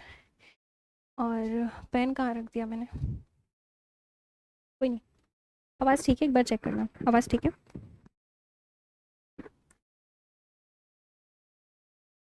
ठीक है, चलिए मीसोजोइक शुरू करना है। इससे पहले हम पढ़ रहे थे कि पृथ्वी का एवोल्यूशन कैसे हुआ, यानी कि जियोलॉजिकल टाइम स्केल हम अपन पढ़ रहे थे। उसमें हमने ये देखा कि डिफरेंट ईयॉन्स आए, उसको समराइज करके हमने सुपर ईयॉन बनाया। ईयॉन्स फर्दर डिवाइड किए इरा में, इरा फर्दर डिवाइड किए पीरियड्स में, पीरियड्स डिवाइड होंगे अब आगे इपॉक में, मीसोजोइक और उसके बाद सीनोजोइक से। एक बार जो पहले पढ़ा था ना वो एक बार देख लो, क्योंकि है ना क्या होता है मिक्सअप हो जाता है, बहुत लंबा टाइम पीरियड एक बार हम समराइज कर रहे हैं। तो हमने सबसे पहले पढ़ा हेडियन इयॉन, हेडियन इयॉन। फिर उसके बाद हमने पढ़ा आर्कियन, आर्कियन इयॉन पढ़ा। आर्कियन इयॉन के बाद हमने पढ़ा प्रोटेरोजोइक, प्रोटेरोजोइक इयॉन। इन तीनों को मिला के हमने बोल दिया प्री कैम्ब्रियन सुपर इयॉन था ये, pre Cambrian super ion. Ion को मिला के हमने सुपर इयॉन बना दिया। हेडियन इयॉन में हमने देखा कि पृथ्वी बहुत ज़्यादा गर्म थी, इतना तो देख लिया था। एटमॉस्फेयर बनने लग गया था, और एटमॉस्फेयर में कौन सी गैस बहुत ज़्यादा थी? CO2। उसके बाद ओशन बन गया था, उसमें एसिडिटी बहुत ज़्यादा थी, और चंद्रमा बन गया था, एस्ट्रॉयड आके टकराया था, ये देख लिया था। आर्कियन इयॉन आते आते लाइफ की शुरुआत हो गई थी। समुद्र में साइनोबैक्टीरिया करके एक बैक्टीरिया आया था, उसने फोटोसिंथेसिस स्टार्ट किया था और ऑक्सीजन बनाना चालू कर दी थी, साइनोबैक्टीरिया। और आर्कियन में रॉक्स बनना भी स्टार्ट हो गई थी, चट्टाने बनना स्टार्ट हो गई थी। और आर्कियन में लेयर्स में सेपरेट हो गई थी, क्रस्ट, मेंटल और कोर, ये सब सेपरेट हो गए थे एलिमेंट, ये हो गए थे आर्कियन में। ऊपर जाके प्रोटेरोजोइक में ये जो लाइफ शुरू हुई थी, इसमें डेवलपमेंट हुआ, इवोल्यूशन हुआ। ये तो सिंगल सेल थी, आगे आगे मल्टी सेल्यूलर हो जाएगी, मतलब कि मल्टीपल सेल। अब ऐसे ऑर्गेनिज्म बनेंगे जिसमें बहुत सारे जॉइंट्स होंगे, जोड़ तोड़ वाले ऑर्गेनिज्म, और कोमल सा उनकी बॉडी होगी, इस तरह की होगी। और ये सब जो एंड होगा वो होगा एक ह्यूरोनियन आइस एज से। पेंगोला और ह्यूरोनियन आइस एज आएगा, पूरी पृथ्वी बर्फ से ढक जाएगी, और ये जो इयॉन है प्रोटेरोजोइक खत्म हो जाएगा। के बाद ऊपर चलेंगे अपन, फेनेरोजोइक स्टार्ट होगा, फेनेरोजोइक इयॉन। फेनेरोजोइक इयॉन का टाइम पीरियड रहेगा 570 मिलियन ईयर एगो से अभी तक, वर्तमान तक जो अभी तक चल रहा है, ये फेनेरोजोइक है। ठीक है। फेनोरोजोइक को हमने फर्दर साइंटिस्ट न कि हमने फर्दर साइंटिस्ट ने डिवाइड किया 3 इरा में। 3 इरा कौन कौन से थे? ये 3 इरा थे पैलियोजोइक, पेलियोजोइक और इसके बाद मीसोजोइक, मीसोजोइक और सीनोजोइक, सीनोजोइक। पेलियोजोइक हम पढ़ चुके हैं। पेलियोजोइक में हमने पढ़ा पुराना जीवन, पूरा जीवन इसको कहते हैं, पूरा जीवन। पहले जीवन कैसा था, बहुत सारी चीज़ें हुई यहाँ पे। इसको फर्दर पीरियड्स में डिवाइड किया था, कैम्ब्रियन, फिर उसके बाद ऑर्डोवीसियन, फिर उसके बाद सिलूरियन, फिर उसके बाद डिवोनियन, ऐसे करके कार्बोनीफेरस और परमियन, परमियन, ऐसे करके 6 पीरियड्स में डिवाइड था। 6 पीरियड्स में डिवाइड था और हमने देखा कि समुद्र में क्या हो रहा है, स्थल भाग में क्या हो रहा है, लाइफ इवॉल्व हो रही है धीरे धीरे। इतना अपन पढ़ चुके हैं। इसके आगे आएंगे तो मीसोजोइक इरा आएगा, Mesozoic eon, not eon, this is era, Mesozoic era, जो कि आता है फेनेरोजोइक इयॉन में। फेनेरोजोइक इयॉन का जो मध्य का भाग है उसको मीसोजोइक इरा कहते हैं। इस मीसोजोइक इरा में हम पढ़ेंगे कि रेप्टाइल्स कैसे आए स्थल पे, रेंगने वाले जीव, उसके बाद रेंगने वाले जीव से डायनासोर आएगा और फिर वो विलुप्त हो जाएगा। ये 3 चीज़ें पढ़ेंगे क्योंकि फर्दर डिवाइडेड है ये 3 पीरियड्स में। मीसोजोइक को समझाने के लिए मीसोजोइक को 3 पीरियड में डिवाइड किया है। इधर देख लो, मीसोजोइक की शुरुआत कहाँ से होती है? मीसोजोइक की शुरुआत देखेंगे तो जहाँ से अपना पेलियोजोइक एंड हो रहा है। पेलियोजोइक एंड कहाँ पे हो रहा है? पेलियोजोइक हमने पढ़ा था 570 मिलियन ईयर एगो से शुरू हुआ और ये था अपना 245 मिलियन ईयर एगो तक चला था। यहाँ पे पेलियोजोइक खत्म हुआ तो मीसोजोइक यहीं से स्टार्ट होगा। कहाँ से स्टार्ट होगा? 245 मिलियन ईयर एगो से शुरू होगा और ये चलेगा 65 मिलियन ईयर एगो तक। टाइमलाइन याद करनी है, कभी कभी लिखवा लेते हैं, एग्जाम में क्वेश्चन आ जाता है, आ रखा है कि इसका कार्बोनीफेरस का टाइम पीरियड बताते हुए इसकी विशेषताएं बताएं, ऐसा करके क्वेश्चन आ चुका है। तो मीसोजोइक का भी आ सकता है। तो इसका time period 245 million year ago से शुरू हुआ ये और 65 मिलियन ईयर एगो तक रहेगा। फर्दर इसको समझने के लिए साइंटिस्ट ने इसको 3 पीरियड्स में डिवाइड कर दिया, ट्रियासिक, जुरासिक, फिर उसके बाद आएगा क्रीटेशियस। ये 3 पीरियड है। ट्रियासिक में क्या आएगा सबसे पहले देखते हैं, अलग से समझते हैं इसको। यहाँ पे ट्रियासिक पीरियड में सबसे पहले बड़े रेप्टाइल्स डेवलप होंगे। आपने देखा परमियन जब अपन ने खत्म किया तो परमियन में स्थल भाग पे रेप्टाइल्स की संख्या बढ़ने लग गई, मतलब कि रेप्टाइल्स बहुत ज़्यादा मात्रा में आ गए। अभी क्या होगा ट्रियासिक में, वो रेप्टाइल्स में इवोल्यूशन होगा, इवोल्यूशन डेवलपमेंट होगा, बहुत ज़्यादा डाइवर्सिटी आएगी और नंबर ऑफ रेप्टाइल्स बहुत ज़्यादा हो जाएंगे। आपने कभी सोचा होगा रेप्टाइल्स कैसी जगह पे मिलते हैं? जहाँ पे रेगिस्तान, चट्टान ये होती है, वहीं पे रेंगने वाले जीव ज़्यादा मिलते हैं। यहाँ पे ऐसा क्या हुआ ट्रियासिक में कि रेप्टाइल्स बहुत ज़्यादा इकट्ठे से हो गए। जब परमियन, इसके पहले का जब अपन इरा पढ़ रहे थे वो था परमियन से जब खत्म हुआ, तो परमियन पे क्या हुआ था, पेंजिया जो था ना, स्थल मास था, बहुत ज़्यादा स्थल भाग थे, वो एक जगह पे जुड़ गए थे, मतलब महासागर से बहुत ज़्यादा दूर हो गया था। और बीच बीच में परमियन में जो पेड़ पौधे थे ना, जिसको बोलते हैं कार्बोनीफेरस फॉरेस्ट, वो कोलाप्स हो गया था क्योंकि पानी वानी की कमी आ गई थी। तो कोलाप्स होने से ड्राई कंडीशन बन गई, मतलब कि रेगिस्तान जैसा चट्टानी भाग। पेंजिया जब शुरुआत में बना तो बहुत बड़ा सा रेगिस्तान जैसा था और यहाँ में फेवरेबल कंडीशन मिली रेप्टाइल्स को, तो यहाँ पे रेप्टाइल्स आए बहुत सारे ट्रियासिक में। तो बहुत सारे रेप्टाइल्स आएंगे और ये रेप्टाइल्स साइज में अब बड़े हो जाएंगे, साइज में बड़े हो जाएंगे और साइज में बड़े होके यहाँ से बनता है अपना डायनासोर। डायनासोर जैसा एक जीव आ जाएगा, खतरनाक सा। उसके बाद क्या होगा, एम्फीबियंस जो थे, उभयचर, जो पानी में भी रह सकते हैं स्थल में भी रह सकते हैं, वो भी बहुत ज़्यादा हो जाएंगे यहाँ पे एम्फीबियंस। उसके बाद समुद्र में क्या हो रहा होगा, ये तो स्थल भाग और समुद्र में हो रहा है, ये स्थल भाग में हो रहा है। समुद्र में बहुत सारी फिशेज आ गई हैं, वेल फिश, शार्क फिश और डिफरेंट टाइप ऑफ फिशेज आ गई हैं। उसके बाद मोलस्कस और सी उर्चिन जैसे नए नए जीव आ गए हैं, ये सारे ओशंस में बढ़ गए हैं। तो ट्रियासिक में ये हुआ। इसके बाद आता है जुरासिक पीरियड। जुरासिक नाम से आपने एक मूवी भी देखी होगी, इसमें डायनासोर के ऊपर पूरी वो बेस्ड है, Jurassic park, the Jurassic park, नहीं देखी कोई बात नहीं बहुत सारे लोगों ने देखी है, नहीं देखी तो अब देख लेना, अच्छी मूवी है, जिसमें डायनासोर के बारे में बताया जाता है कि डायनासोर कैसे आए और डायनासोर कैसे खत्म हुए, डायनासोर की पूरी कहानी उसमें सुनाई जाती है। तो यहाँ पे क्या हुआ जुरासिक पीरियड में, जुरासिक पीरियड को हम कहते हैं डायनासोर का युग, डायनासोर का युग, क्योंकि डायनासोर का डोमिनेंस था यहाँ पे, डायनासोर का डोमिनेंस था, डायनासोर का आधिपत्य था।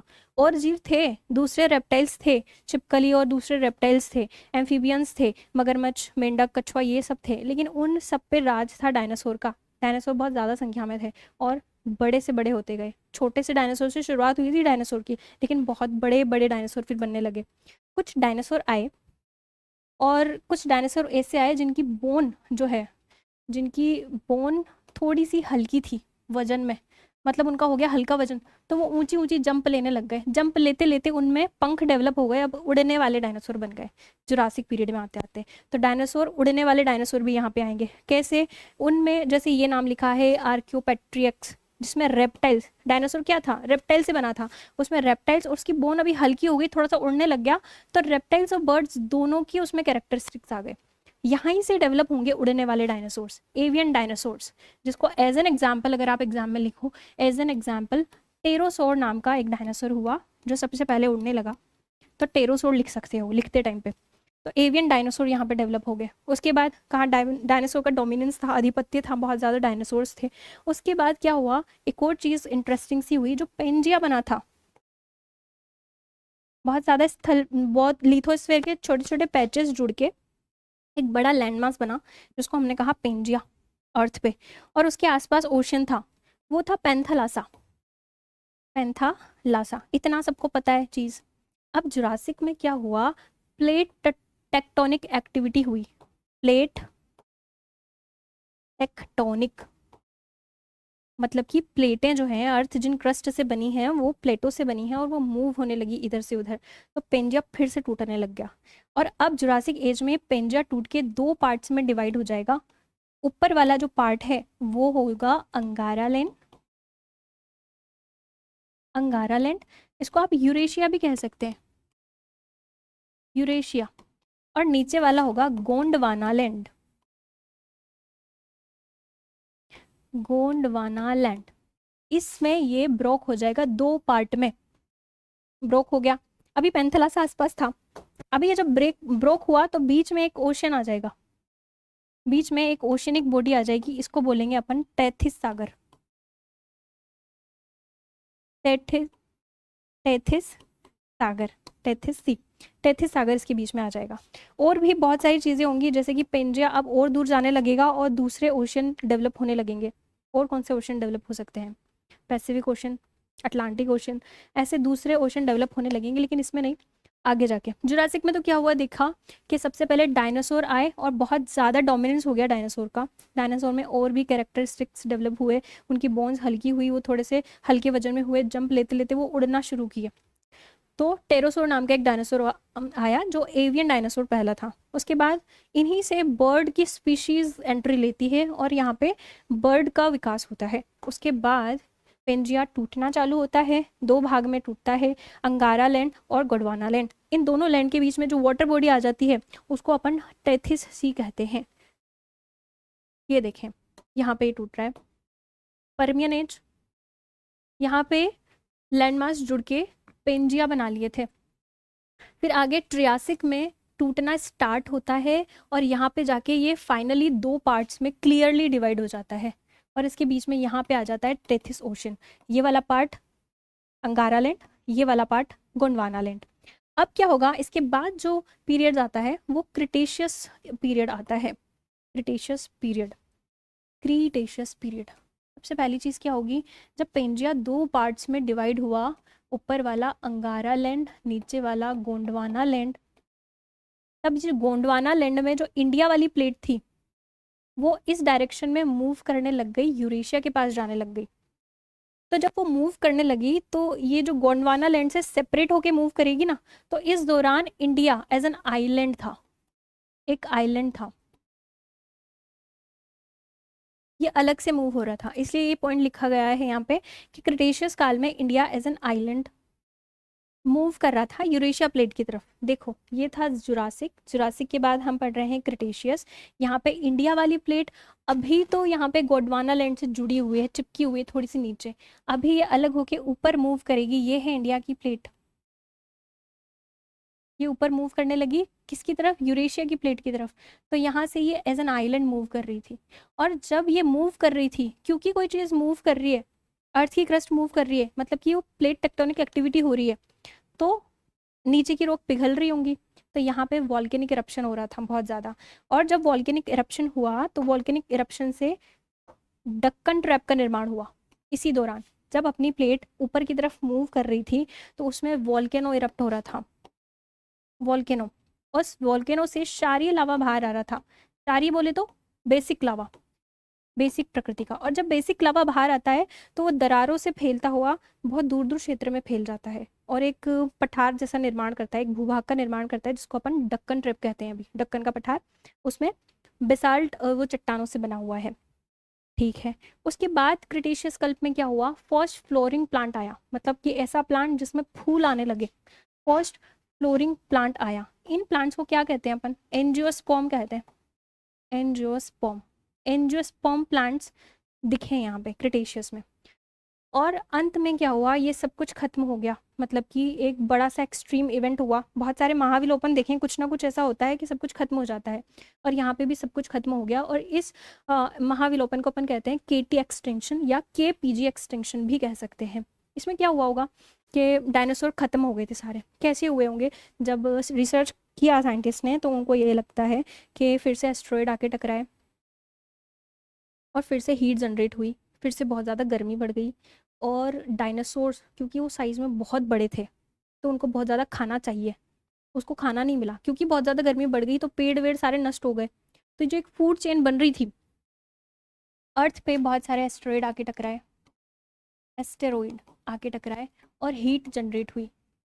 हीट जनरेट होने से यहाँ पे यहाँ के जो प्लांट्स थे, यहाँ के जो पेड़ पौधे थे, वो हो गए खत्म और छोटी छोटी स्पीशीज खत्म हो गई। डायनासोर को खाने के लिए ज़्यादा खाना चाहिए, वो उसको मिला नहीं, और ऐसे वो मरते चले गए, ऐसा साइंटिस्ट का कहना है। तो इस तरह से ये पूरी स्पीशीज जो है जड़ से खत्म हो गई डायनासोर्स की।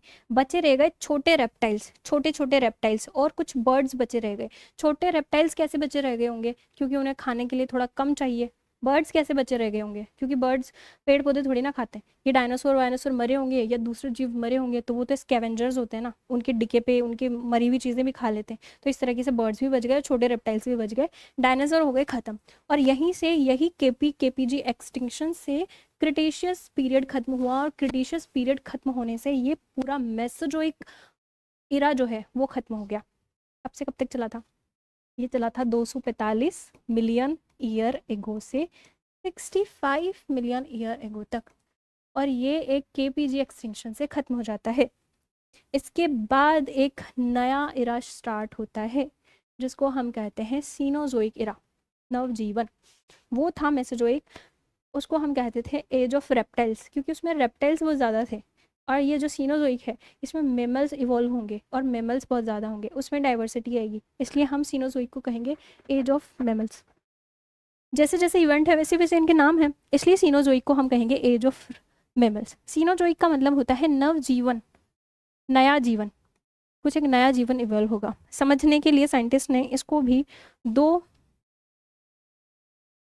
पार्ट्स में डिवाइड किया है, दो पीरियड्स में डिवाइड किया है। पहला है टर्शरी और दूसरा है quaternary. Tertiary, the first is tertiary, उसके बाद आता है क्वाटरनरी। नाम नाम इसका कोई मतलब नहीं है। टर्शरी का मतलब होता है तृतीय और क्वाटरनरी का मतलब होता है चतुर्थ। तृतीय पीरियड आता है और चतुर्थ पीरियड आता है। इनको फिर से फर्दर डिवाइड किया है बहुत सारे इपोक में। पहले पेलियोसीन आएगा, फिर इयोसीन आएगा, फिर ओलिगोसीन आएगा, मियोसीन और प्लियोसीन। बहुत सारे नाम है, एक दो बार रिवाइज करोगे तब याद होगा। पेलियोसिन, इयोसिन, ओलिगोसिन, मियोसिन और प्लियोसिन। ये जो दो इरा हैं ये क्वाटरनरी के भाग हैं, प्लीस्टोसिन और होलोसिन। इसको अपन बाद में देखेंगे, पहले देखेंगे प्लियोसिन में क्या हुआ। यहाँ से स्टार्ट होता है। सबसे पहला इरा जो स्टार्ट होता है वो होता है पेलियोसिन। इस इरा में आए छोटे स्तनपाई, छोटे स्तनपाई। स्तनपाई क्या होते हैं? मेमल्स क्या होते हैं? मेमल्स यानी कि हम और ऐसे जानवर, ऐसे जंतु जो अपनी माँ का दूध पी के पलते हैं। तो ऐसे मेमल्स का ये युग आया जिसमें सबसे पहले पेलियोसिन आया। पेलियोसिन में छोटे स्तनपाई आए, फॉर एग्जाम्पल चूहे, छोटे स्तनपाई के रूप में चूहे आए। इसके बाद आता है इयोसिन। इयोसिन में थोड़े बड़े स्तनपाई आते हैं, ये जंतु थोड़े बड़े होते हैं। फॉर एग्जाम्पल आप लिख सकते हो खरगोश आ गया, रैबिट, खरगोश। इसके बाद ओलिगोसिन में क्या होगा? इसके बाद ओलिगोसिन में होगा वन मानुस आएंगे, वन मानुष। ये कैसे होंगे? ये होंगे मानव से मिलते जुलते, मानव से मिलते जुलते, थोड़े मानव से मिलते जुलते थे, पूरे मानव अभी नहीं आए थे। उसके बाद मियोसिन आता है। मियोसिन में क्या आएगा? फूलों वाले पौधे। ये तो पहले भी आ गया था ना, आपने पहले भी बता दिया था। तो फूलों वाले पौधे में अब वैरायटी आएगी, और फूलों वाले पौधे में डाइवर्सिटी के साथ साथ बड़े बड़े वृक्ष आने लगेंगे, वृक्ष बड़ी साइज वाले। मियोसिन में ये होगा। क्या देखा? प्लियोसिन छोटे स्तनपाई आए, फॉर एग्जाम्पल चूहे आ गए। इयोसिन बड़े स्तनपाई आए, थोड़े से खरगोश आ गए जैसे। ओलिगोसिन मानव से मिलता जुलता वन मानुस आ गया, वनों में रहता था, मानव से मिलता जुलता था। मियोसिन फूलों वाले पौधे आए, वृक्ष आए। अभी आगे प्लियोसिन आएगा और यहाँ पे आ जाते हैं आरंभिक मानव। अब थोड़े और मिलते जुलते से हैं ये मानव से, और इनको अपन कह सकते हैं कि ये हमारे एंसिस्टर थे।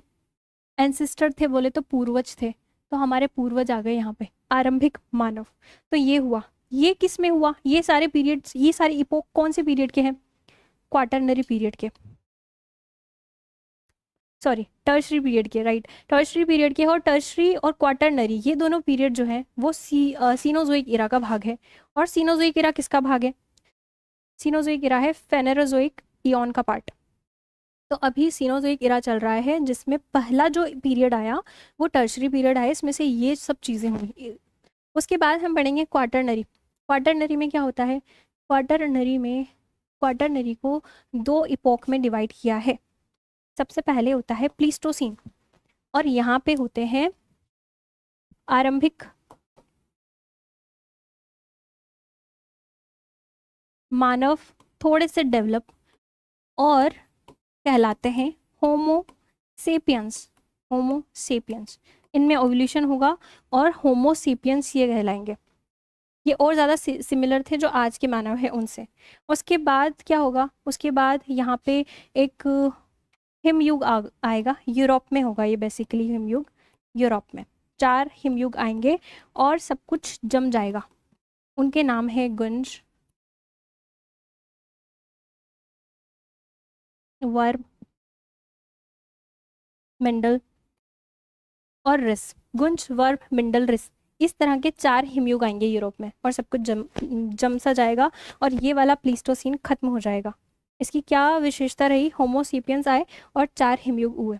उसके बाद होलोसीन आएगा। होलोसीन की क्या विशेषता रहेगी? ये तो हिमयुग है, बहुत ज़्यादा ठंडी है अर्थ। होलोसीन में तापमान थोड़ा सा बढ़ने लगेगा और थोड़ी सी स्टेबिलिटी आएगी। ये जो मानव है पूर्वज जंगलों में इधर उधर घूम रहे हैं, ये अभी एक जगह टिकने लगेंगे और कृषि प्रारंभ कर देंगे, कृषि प्रारंभ कर देंगे, पशुपालन प्रारंभ कर देंगे, तो एक जगह टिक के रहने लगेंगे। यहाँ पे सबसे पहले कृषि स्टार्ट हो जाएगी, पशुपालन स्टार्ट हो जाएगा, और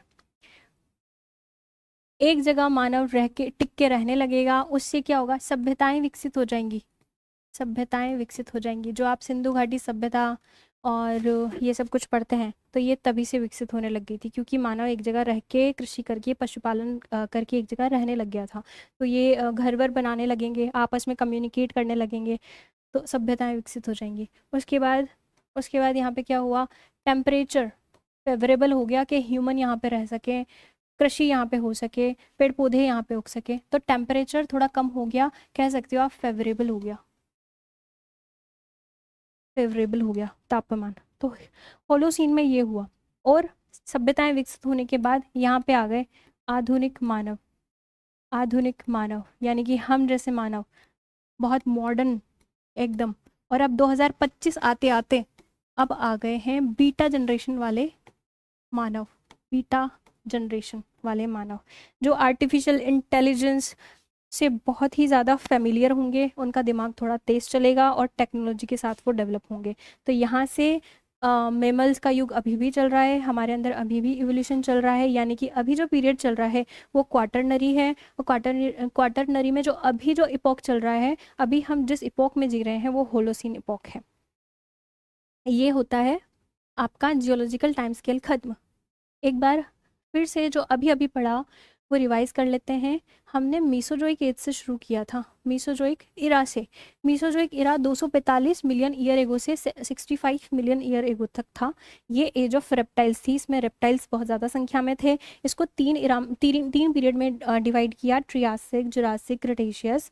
ट्रियासिक में सबसे पहले उड़ने वाले जीव आए और उभयचर आए यानी कि एम्फीबियंस आए, और रेंगने वाले जीव आए। उड़ने वाले जुरासिक में आएंगे, रेंगने वाले और उभयचर यानी कि एम्फीबियंस आए। जुरासिक में थोड़ा डेवलपमेंट होगा, बर्ड्स आएंगे, उड़ने वाले। डायनासोर्स बहुत ज़्यादा हो जाएंगे और डायनासोर का आधिपत्य हो जाएगा। The age of dinosaur Jurassic रहेगी। उसके बाद यहाँ पे बर्ड्स आ जाएंगे और उसके बाद पेंजिया टूटना चालू हो जाएगा, दो पार्ट में ब्रोक हो जाएगा फाइनली क्रिटेशियस में आते आते। और क्रिटेशियस में डक्कन ट्रैप का निर्माण होगा, बहुत ज़्यादा वॉल्केनिक एक्टिविटी होती रहेगी और उस वॉल्केनिक एक्टिविटी से इंडिया की प्लेट पे निर्मित होगा डक्कन ट्रैप। ये सब कुछ होगा क्रिटेशियस में। फूलों वाले पौधे आ जाएंगे यहाँ पे। और उसके बाद हम मेसोजोइक जब एंड होता है 65 मिलियन ईयर एगो से, तो सिनोजोइक स्टार्ट होता है। ये सिनोजोइक का टाइम पीरियड नहीं बताया मैंने, बता देती हूँ। 65 मिलियन ईयर एगो से शुरू होगा और जो अभी तक चल रहा है वर्तमान तक। इसको और फर्दर डिवाइड करें तो पहला जो इसका पीरियड था टर्शरी, वो था 65 मिलियन ईयर एगो से 20 लाख, 20 लाख वर्ष पूर्व। और ये क्वाटरनरी 20 लाख वर्ष पूर्व से, 20 लाख वर्ष पूर्व से वर्तमान तक चल रहा है।